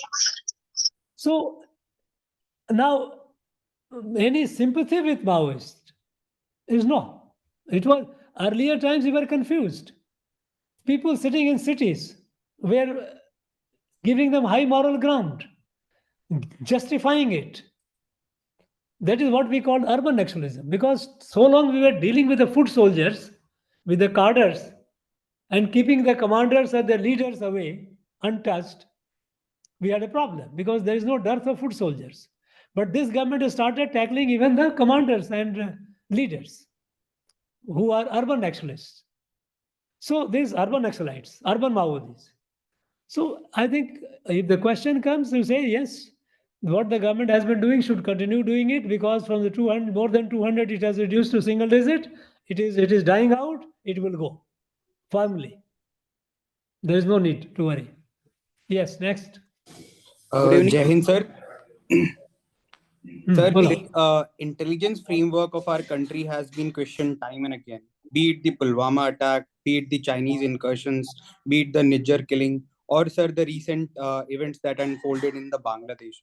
So, sir, how to move about that? What is the government doing to improve our intelligence gathering and acting on it? Look, first of all, if a question like that comes to you, because your question is framed based on what has been coming in the media, newspaper, what makes you feel that government was not aware of what was happening in Bangladesh? Maybe that it might not have been aware of long ahead of it. But before it happened, government was aware it's going to happen now. But of course, by the time lag was not that, because the turn of events happened so suddenly. Because if we knew that there is a bed of powder keg, explosive. Somewhere a spark happens and it explodes. Now that a spark happened, but the bed of that powder keg, it is there. Radicals in Bangladesh were there. Nobody denied. We were fully aware of it. Jamaat-e-Islami was a strong force in Bangladesh, was there. We were fully aware of it. They were only kept controlled by the then government of Bangladesh. They had not eliminated, or even they could not even successfully contain or reduce their growth. They could not. So we were fully aware of the fact that Bangladesh is or was a kind of a volcano. It was likely to erupt. But it will happen so soon that Bangladesh Prime Minister had to run away. That happened, turn of events happened very fast. As I told you that when you have a bed of explosives, a spark happens somewhere the whole. We were aware of this. So it's not that. And that's what, in fact, in a given situation, what happened, it could be managed. Otherwise, it could have gone much worse. They could have I mean, things could have gone much worse. I'm not going into detail, but the point is that even if, let's say China, you mentioned about Chinese incursion, it is never an intelligence failure. We all knew it. What is Chinese incursion? Chinese incursion never a matter of, is a question of their troops come, patrol. Their troops come, our troops also go. The problem is the difference is when our troops go to our perception of LAC, we go, visit, and then come back. And that is the mutual agreement. The Chinese also, when they come, they go back. And when the two troops meet each other, face off, then we both retreat to our respective positions, leaving behind each one, vacating the area. What Chinese used to do, sometimes they used to move and they will sit there. They will not go back. Now, how do you call it intelligence failure? Now, it is a betrayal. That is why betrayal of an agreement. Once you have reached an agreement that, okay, so when the Chinese patrol is coming, it is agreed that they will come. Our patrol goes, it is agreed our patrol goes. And when there is a face-off, we will both retreat. When one side moves forward and sits over there, this is not intelligence failure. So first of all, let us not say that these have been intelligence failure. These are all noises made. Your answer should be, I do not believe that these are intelligence failure because I do not know what the government had. It is not in public. Intelligence is rarely in public domain. So when somebody writes about intelligence failure, these are personal opinion. That's all, nothing more. Intelligence is never in, especially any sensitive intelligence is never in public domain. So your answer should be that how do I say that there was no intelligence? Government might have had the intelligence because it is a classified information. It is with the government. And as far as I see, I do not see any failure as such. Government must be having it. I do not see as a failure. However, in improving the intelligence, it is again a dynamic thing. Intelligence capability is a function of so many things, mainly your technology. Because you also keep adopting your adversary keep adopting new and new technology. You also keep adopting new and new technology and methods, both. That is technology and tradecraft. Intelligence is a dynamic function. It is based on technology and tradecraft, which is dynamic itself. And we keep improving. We must keep improving. And I'm sure our intelligence agencies also must be aware of it and must be doing what they should be doing. That should be your answer, nothing more. Yes, next. Good evening, sir. Sir, I wanted to ask a question that how do you see the illegal immigration in the country for the country's national security, and how the which situation? What The illegal immigration impact on national security and changing demographics in the border areas? Look, illegal immigration is a serious problem because unaccounted foreigners is a serious national security concern. First of all, your answer should be that, because we do not know who they are, and if we don't know, there is a problem. Now, what we need to do about it, what we are doing about it. About illegal immigration mostly happens from Bangladesh. That is the place where it happens. Some cases happens from other countries also. Mostly it happens by land routes, because by air and all, it is minimal. It doesn't have, unless somebody with a fraud fabricated document, so smartly fabricated that it is rare. But through land it happens. Now, for that, the answer is we have our border guarding force, BSF, on Bangladesh border. And BSF is strongly deployed. And illegal immigration as a problem has significantly reduced, by the way. You also must be conscious of the fact your response should be.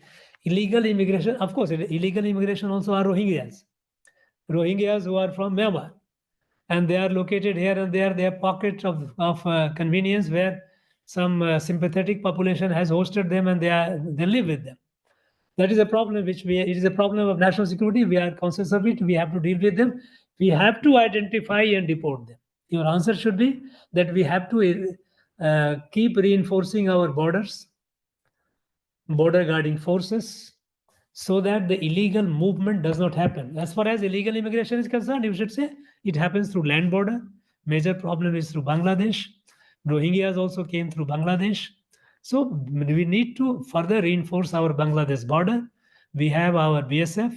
I think I'm sure they must be reinforcing it. You always give a positive note that in your answer, that I'm sure, because if you are concerned, you must be assured that government should be more concerned than you, who is dealing with the problem.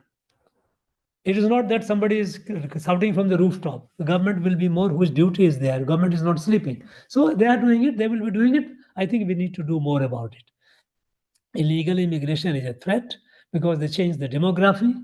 They create social tensions and they create problem for our Indian citizens because they take away our jobs, our even political rights, because once they come, they also get the documents. So they also, not only the economic opportunities, but also interfere with their political rights. So this becomes a national security problem.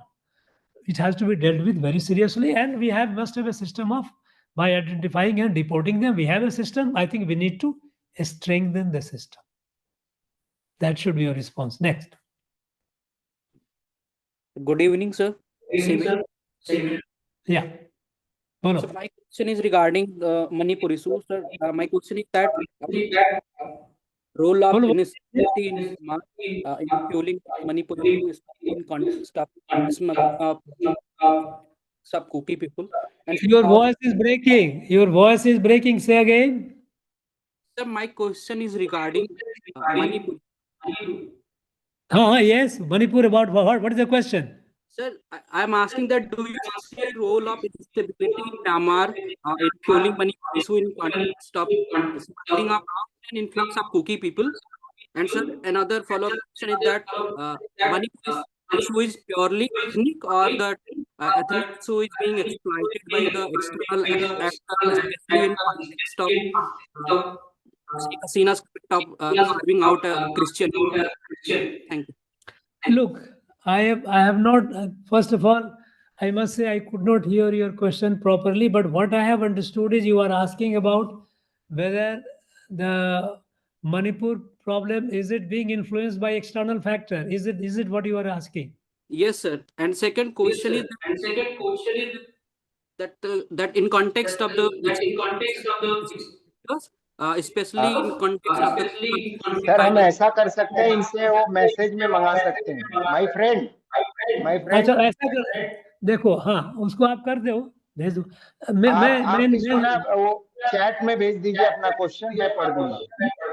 मैं आप उनको भेज दो, so that I will be able to hear it. Your voice is breaking, so I am not able to get you. Okay, the next question. Next. Next.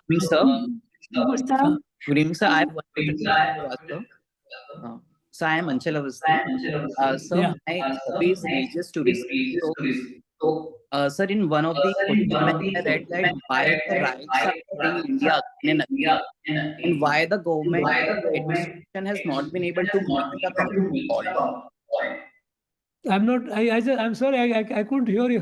I don't know, something wrong with. Please say again. मुझे लगता है कुछ issue हो रहा है sir. Hello, sir. Hello.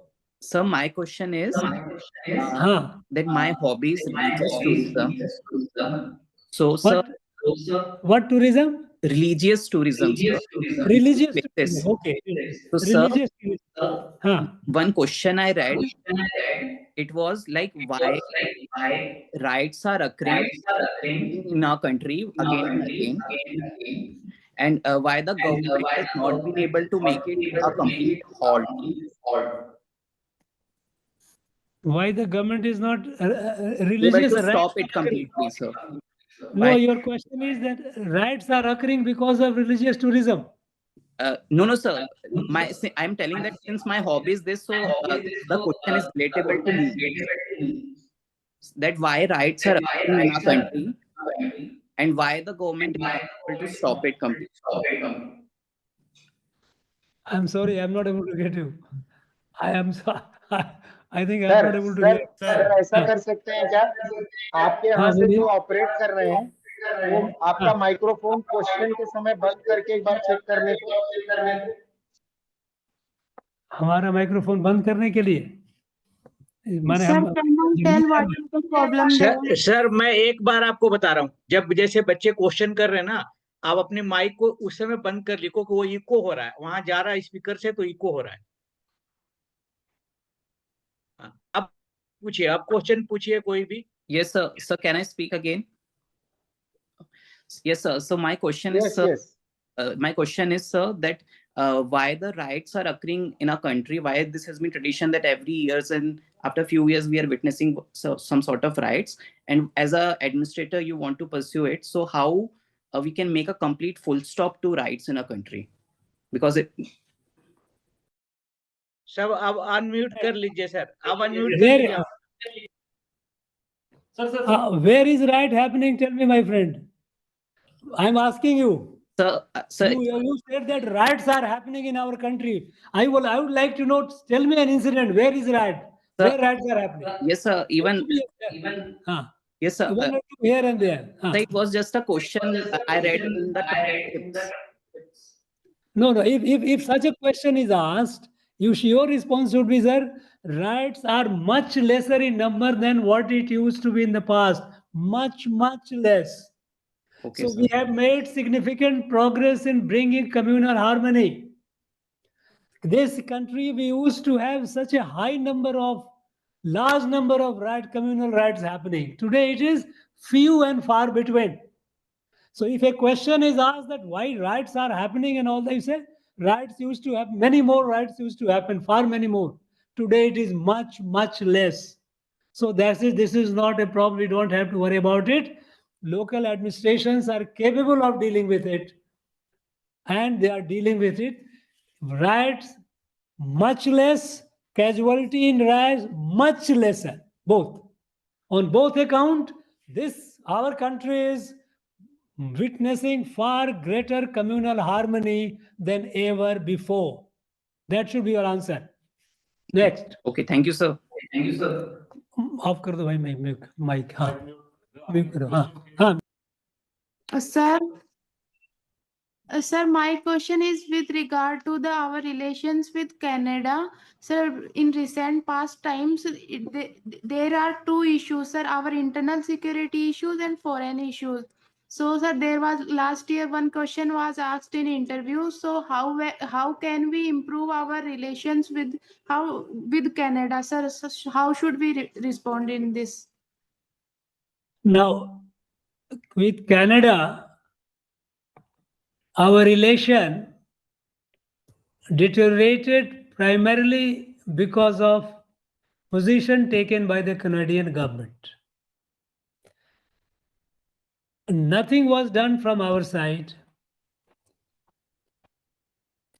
Nothing of that order was done which could have led to this situation. When our relation has deteriorated, your response should be that our relation with Canada has deteriorated primarily because the ruling dispensation in Canada, the Canadian Prime Minister, is heavily dependent on, for his political support, the group of people who are sympathizers of Khalistan. And he is trying to play to their sentiment for his political stake. Now, India-Canada relation has become victim of Canadian internal political game. It is a coalition government and they are dependent on those people who have been sympathizer of Khalistan. There is nothing that we can do. It has to be done by Canada. We have been restrained. We have been asking them to give us the evidence. They said that, okay, the Indian government agencies were involved in neutralization of so-and-so on Canadian soil. I say, give us the evidence. They say, no, we will not give you, we don't give you evidence. Then if you don't have evidence, then why did you go to parliament and say that? I mean, look, in a country, suppose if you didn't have evidence and simply you have some information, then you could have quietly shared the information. Look, why we are hearing like that? What you have? We could have sorted it out. We could have cleared your doubt. But without evidence, you went ballistic.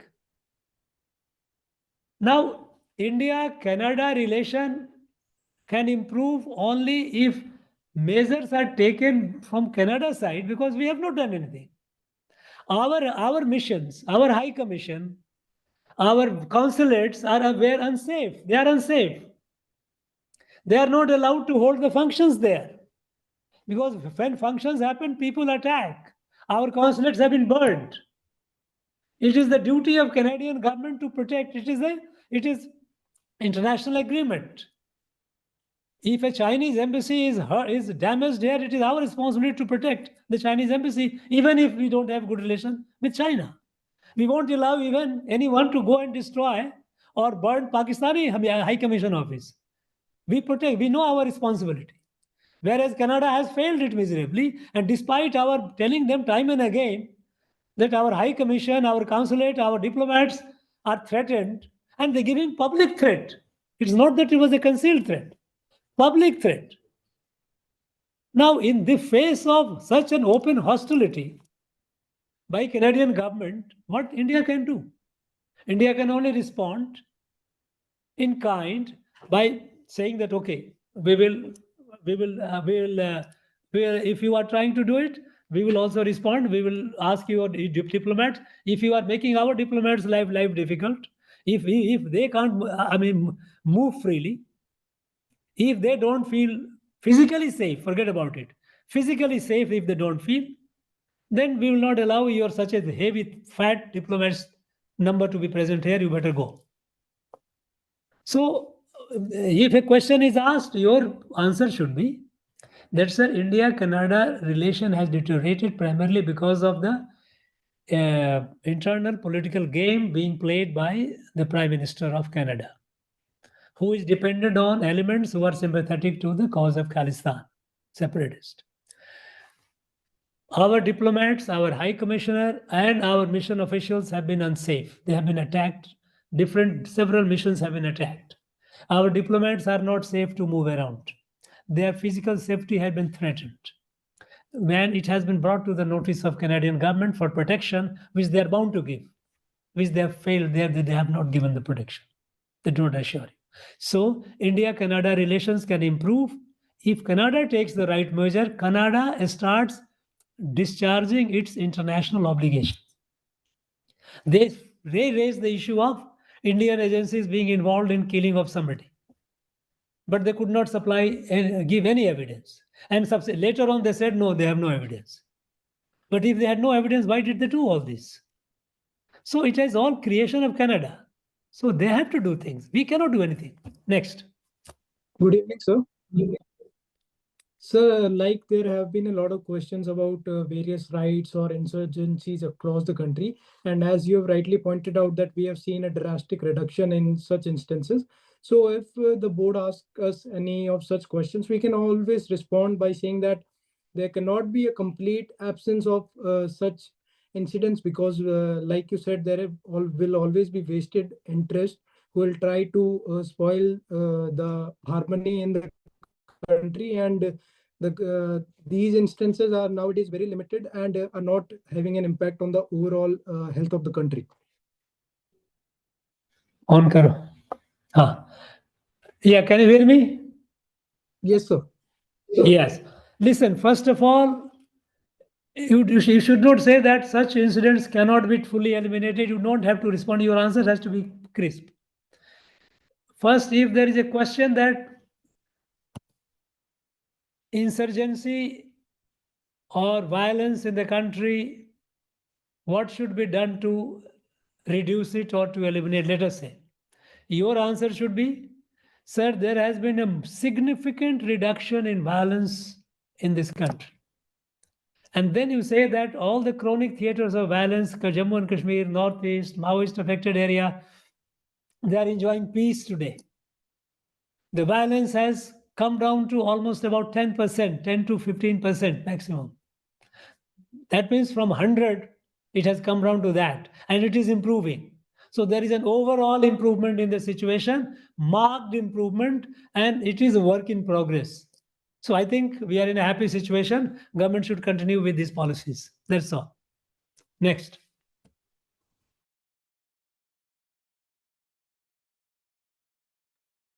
Question? Good evening, sir.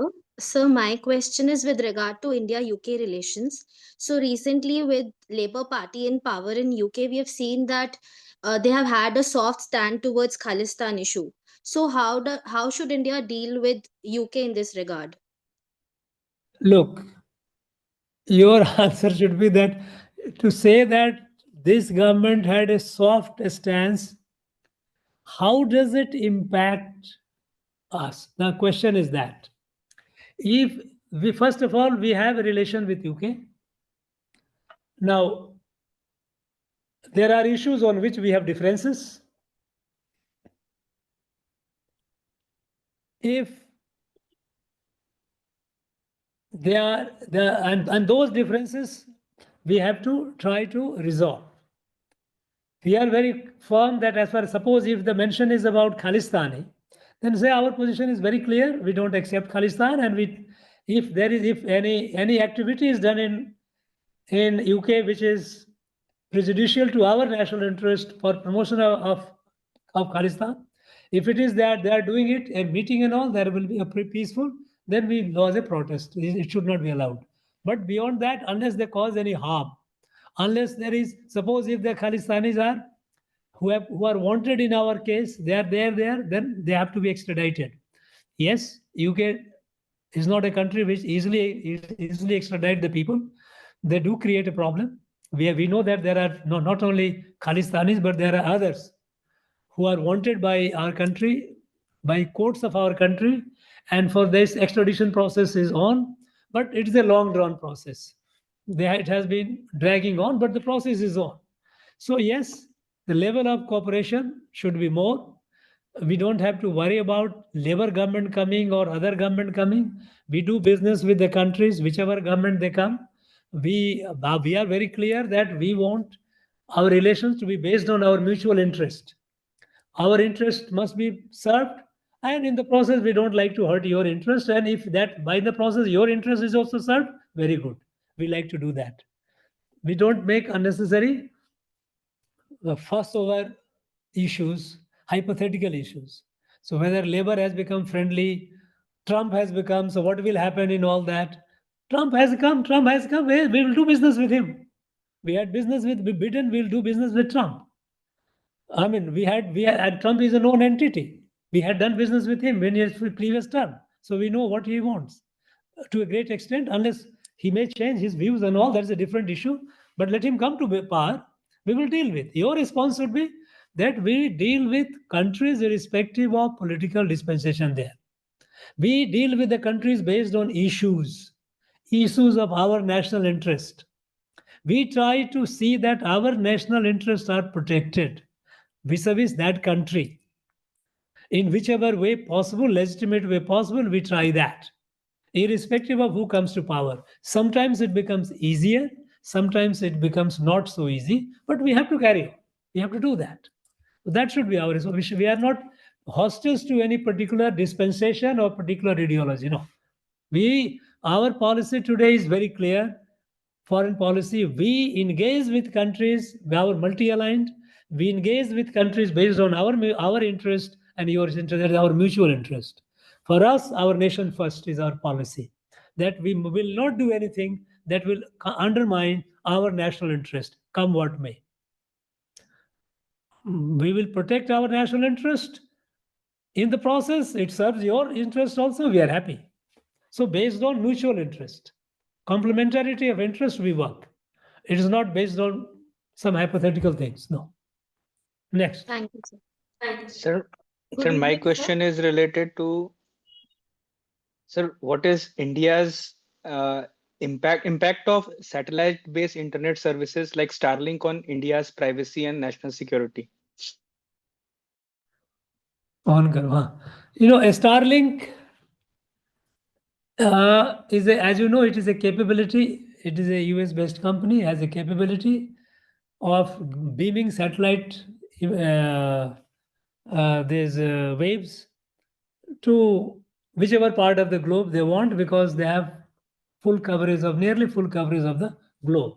But as far as our country, India, is concerned, it is, Starlink has made it very, very clear that over India, their satellites will not beam any image, any sort of waves there. So over in if an entity smuggles a Starlink device in India, then first of all, if it is close to the border where Starlink works, Starlink is beaming. In that case, it is likelihood that is a smuggled thing, it can catch and communicate. But in the hinterland of India, that will not function. That is very clear. So if the question comes about, we recently might have read about the somewhere picked up in Manipur. Some Starlink devices were picked up there by the security forces. And Starlink has also made it clear that, look, we are very clear. We over India, we shut our beaming sources. We don't cover India. But having said that, we know that along the border, it's not, you cannot just hermetically say that you cross the 2 kilometers of this border, it will not be there. That overlap happens and it will happen. So if somebody brings from there to this side, then perhaps, but then in that case also, it is possible to find out the location and all those things. So a Starlink device operating in India as such is not yet a major concern. Next. Good evening, sir. Sir, I wanted to ask, given the number of police commissionerates are increasing, what are the pros and cons with respect to functioning of law and order and administration in general?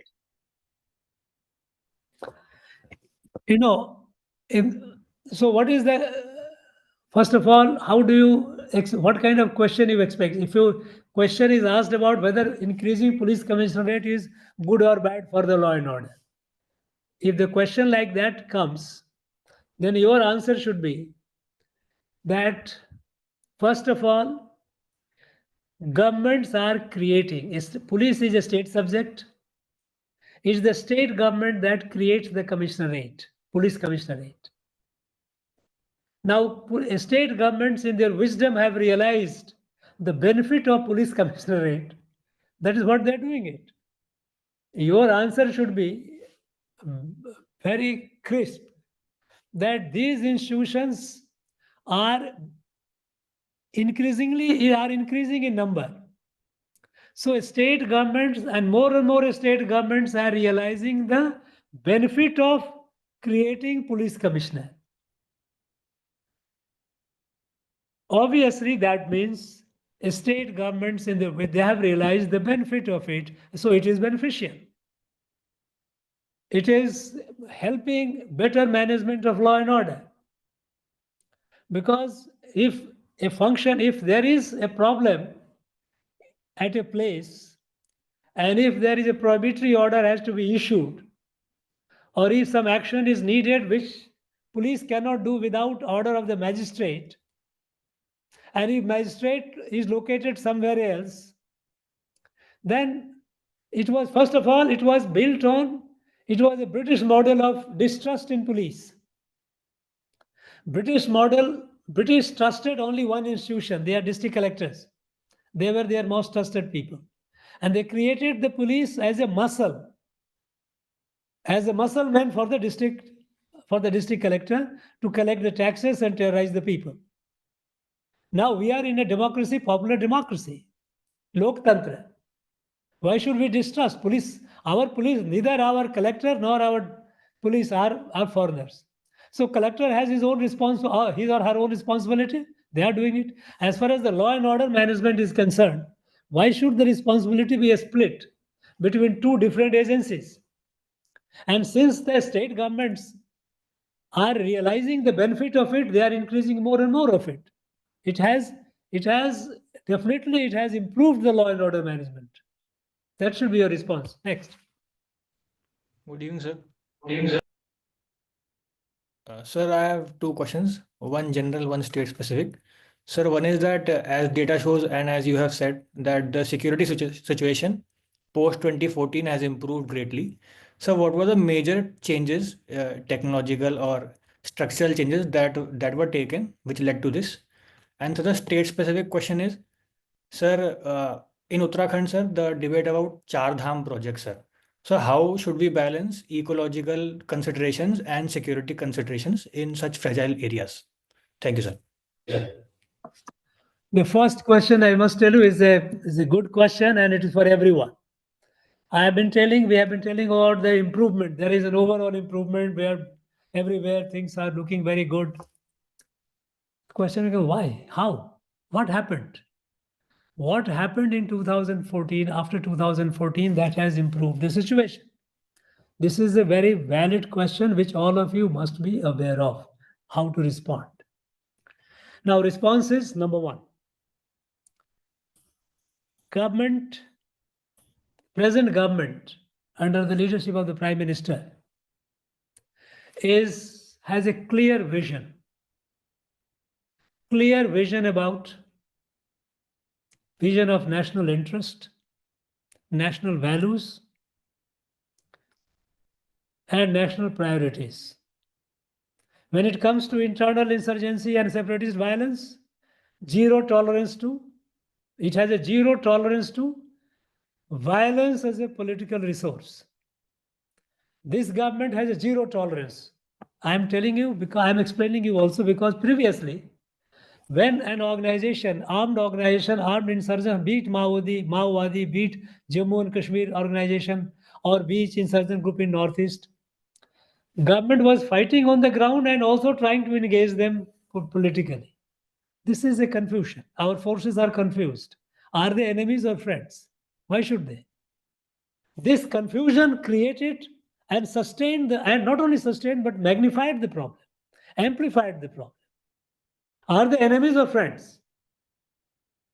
If someone wants to break away from India, a particular part of India tries to break away, should we deal with such forces as if to reconcile with them? No. There is no reconciliation. There is zero tolerance to any such forces which plays with nation's integrity.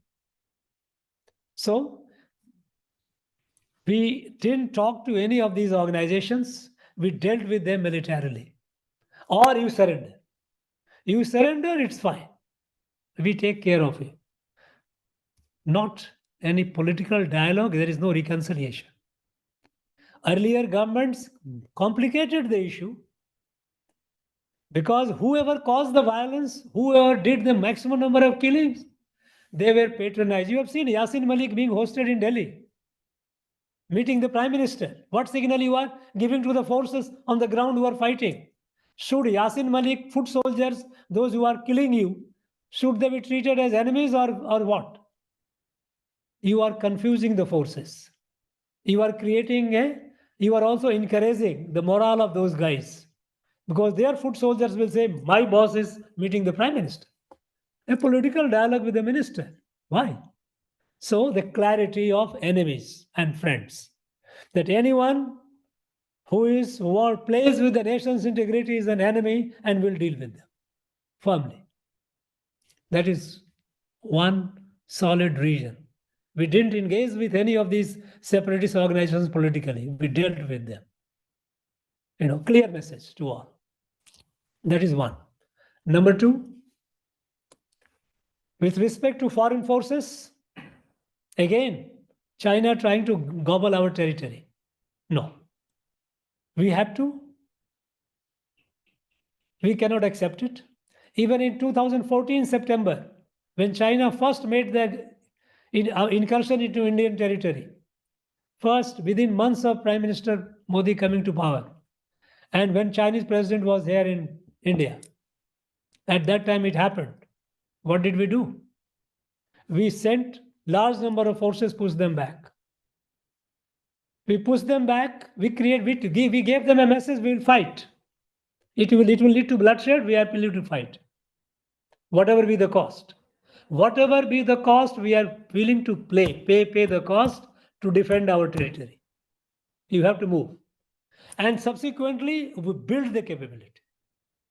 We build, in the last 10 years, we build roads, we build tunnels, we build advanced landing, airstrips. We built the fighting capability of our military in every domain. We also created environment for our border population, treating them as our strategic assets. So now, as a result, after 10 years, imagine after Galwan to 2020, it happened. Almost how many years? 4 years plus. Chinese, they realized that, look, this is not going to, India is not going to relent. So let us come out with some other model. So other model is, okay, bhai, fine. Not that they have become friendly, forget about it. We don't believe it. Never for a moment. But they were forced to realize for the first time and to disengage. So first, zero tolerance to violence as a political resource, zero tolerance to anyone who plays with the nation's integrity, territorial integrity. We don't tolerate any such thing, come what may. And zero tolerance to anyone who plays with our constitutional democracy, like Maowadi. Maowadi do not want a different country. They want to throw away by force, as Mao did in China, the parliamentary form of government. They do not like it. They want dictatorship of the proletariat. So you do not accept our constitution and constitutional system, we will fight with you, zero tolerance. So it is this zero tolerance and with clarity building our capacity and coming up with right policies which has brought this result. Okay? And you came to Char Dham. Char Dham is, yes, any development that happens in the ecologically fragile zone has to be ecologically sensitive. So if Char Dham is being built, it has to be built, whether how much they are doing it, what all factors they are taking, but your response should be, sir, Himalayan belt is seismically a vulnerable zone. Here, building any infrastructure has to take into account, even you build a dam there, it has to take into account the seismic character of the region. So it can be built with due regard, so that your structure, traffic flow, how many people should go, how much construction should come, so that it's sustainable. It has to be environmentally sustainable, seismologically sustainable.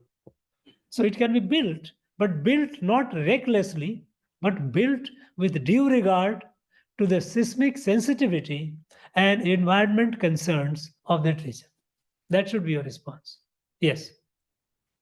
Good evening, sir.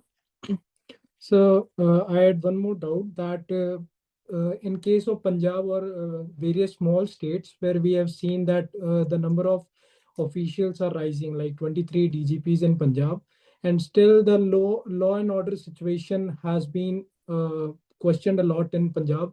So, sir, what should be the way forward? Should we streamline the administration to prevent this overlapping of functions, or is there any other way to tackle such issues? Law and order, our country is governed by constitution. In constitution, there is a separation of power. Law and order is with the state government.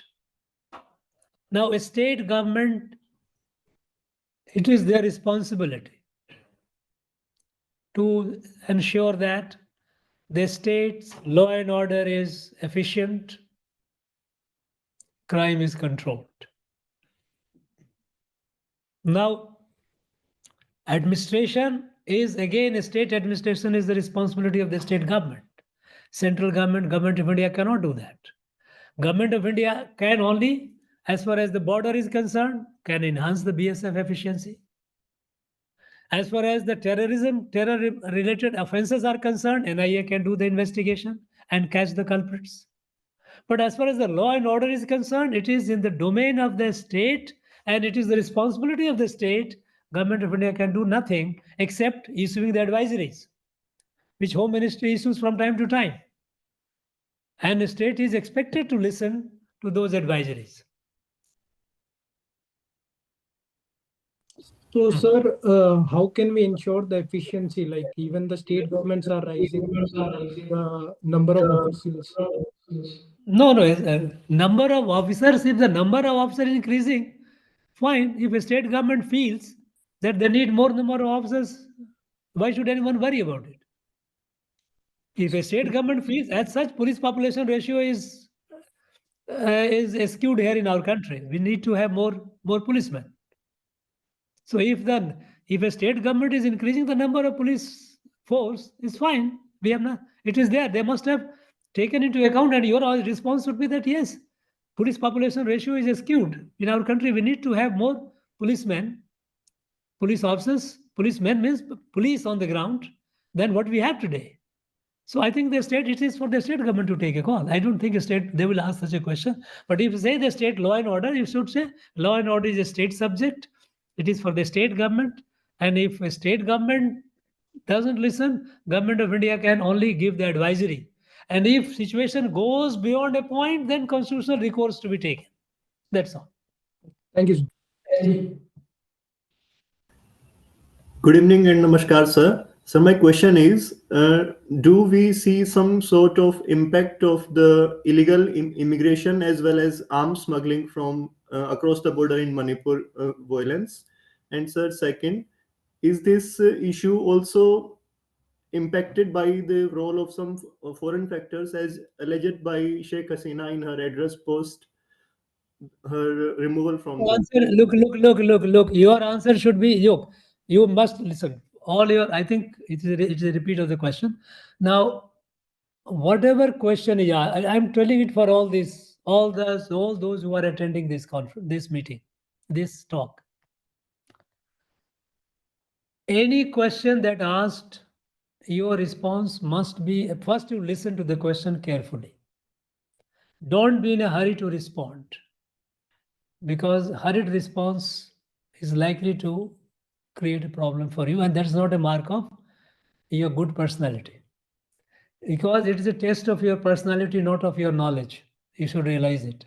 Your knowledge has been tested in your written examination. So how your questions are asked is a test of how you respond to a situation, a question. So as a civil servant, when a problem comes to you, think over it. You don't rush. You try to get as much fact available as possible, and then you respond. Now, where you are interview board, when a question is asked to you, you must listen the question clearly, carefully. And then your response should be based on whatever knowledge you have. It should not be emphatic. No, this is how it should be. Opinionated, no. You always be conditional. Your question is asked, you say, Sheikh Hasina has mentioned about foreign. You can say, sir, I have also read in the newspaper that she has alleged some foreign, but I am not in this. I am not. There is no definitive, publication by the Government of India or any agency that to say that. But I also have read in the paper. I am not aware of it. That's all. Your response will be as simple as that. Don't try to hazard a guess and land yourself in a problem, because as a civil servant, you cannot work on guess. There may be a situation where you have to work on a guess when totally all channels are blocked. But that's the extreme situation. In the interview board, you should not betray that personality, that you are a person who are impulsive, you are a person who immediately rush to. No, don't be in a hurry to respond. And if you do not know an answer, be frank. Tell, sir, I'm sorry, I will not be able to respond. I'm not prepared for it. That is the mark of an honest person. It is a test of a personality. So if you say there is a foreign, in Manipur, there is arms smuggling, I say, look, sir, I mean, sir, I am not aware. I have not any publication of any data, government data that talks about arms smuggling through Manipur border, across in Manipur. I am not aware of it. But there is a possibility, after all, that is a border which is not a fenced border. So it could be a possibility. That should be your answer. It should not be that, yes, it is happening or it is not happening. That also you can't say because you are not in know of it. All you can say is Manipur border with Myanmar, which is Myanmar only. That border is not fenced. The disturbance is that side. This side also is tension. And in that situation, if the border is not secured, possibility is always there of movement of people as well as weapons or narcotics. It can happen. So it could be happening. I can't deny that. I can't say about that, whether it is happening or not, but there is a possibility. Now, that will be your reasoned answer. He knows that here is a guy who processes the question, applies the mind, and gets a rational response. That should be your response. Okay? I wish all of you the very best. And ईश्वर ने चाहा तो फिर future में मुलाकात किसी और forum में होगी, कहीं और होगी. Some of you will be somewhere under training, somewhere working. World is small. We may come across. I wish all of you the very best. आप इंटरव्यू में ध्यान रखना, जवाब देने से जरूरी है जवाब कैसे दे रहे हो. As a civil servant, how you approach a problem, that is more important. Your answer could be wrong. But if your approach is right, they will judge. Okay, your answer that you will give may not be what this board would be expecting. But the way you have responded, here is a person who analyzes and has a scientific approach, a rational approach to a problem. So your approach is more important than your answer. So don't be in a rush to respond. Listen carefully. If you don't know, don't hazard a guess. You should frankly say, sir, I am afraid. I don't think I am prepared for this question. No. If there is a general type question coming, and if you think that you have something based on some public knowledge in the media, I say, as I have read in the media, it is like this, but I am not fully aware, sir. I have not read any government version on it, because if it is a government version, then it is definitive version. Media version can be anything. Then you can say that, yes, then they will say, okay, this guy has read in the media, and he is smart enough to realize that that information or in news may not be correct. So while he is aware, he is not relying on that. That should be your approach. So wish you all the best. Thank you very much. Good evening. Okay. Sir वो जो एक student की आवाज नहीं आ रही थी, उसने question भेजा है. क्या? How can states participate more actively and engagingly in dealing with traditional and non-traditional national security issues? How can states look for states to cooperate or work together with central government? There are enough provisions, enough institutions.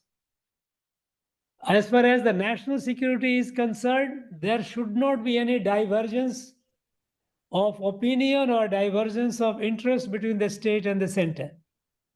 It is expected that center and the state must work harmoniously. If for some political reason, if a state is taking a different course, it is unfortunate. That should be your response. You should not go into this kind of questions. You don't dwell into detail. You just crisply say that on the issue of national security, states and the center are expected to work harmoniously. And it is happening. They are working. In some cases, if a state for some political reason, if it is not working in harmony, that is unfortunate. That's all. Good evening, sir. Sir, one last question, sir. क्या हुआ भाई? Sir, I wanted to ask a question. क्या है बोलो? Sir, regarding Kala Pani issue. काला पानी में क्या हो गया भाई? Sir, the Nepal was claiming that. अरे यार वो सब यार देखो इस Sir, how कोई serious अगर is the dispute, huh? How serious is the issue? No, it is not serious. Look, any such issues will be plenty when between two neighbors. Don't you have an issue? Sometimes तुम्हारा उधर से तुमने loud speaker अपना ज्यादा music बजा दिया, हमारे यहाँ नॉइज आ रहा है नॉइज आ रहा है, तो क्या करें? अब बात कर लोगे, बोल कभी सोचोगे छोड़ो यार रहने दो, बाद में करने बोलोगे कि नहीं आता है। कभी पता तुम्हारे यहाँ से पानी इधर आ रहा है यार क्या हो, कभी वो छत से ऊपर पानी लीक कर रहा है, तो नेबर के बीच में प्रॉब्लम तो होती रहती है। अब किसी प्रॉब्लम को अगर मैग्नीफाइंग ग्लास से देखोगे तो बड़ा प्रॉब्लम नजर आएगा। ये कौन सी प्रॉब्लम है? They are all simple problems, it happens between neighbours. Don't, these problems are not to be taken too seriously. Yes, it is there. Let both countries are mature enough, they will resolve it. That's all. Thank you, sir. चलो। आपका बहुत बहुत धन्यवाद राजू जी। हाँ, आपका बहुत बहुत धन्यवाद, बहुत पेशेंटली आपने सारे question cover. Once again, my best wishes to all the participants. Thank you very much. Thank you so much, sir. Jai Hind, sir. Thank you, sir. Thank you, sir.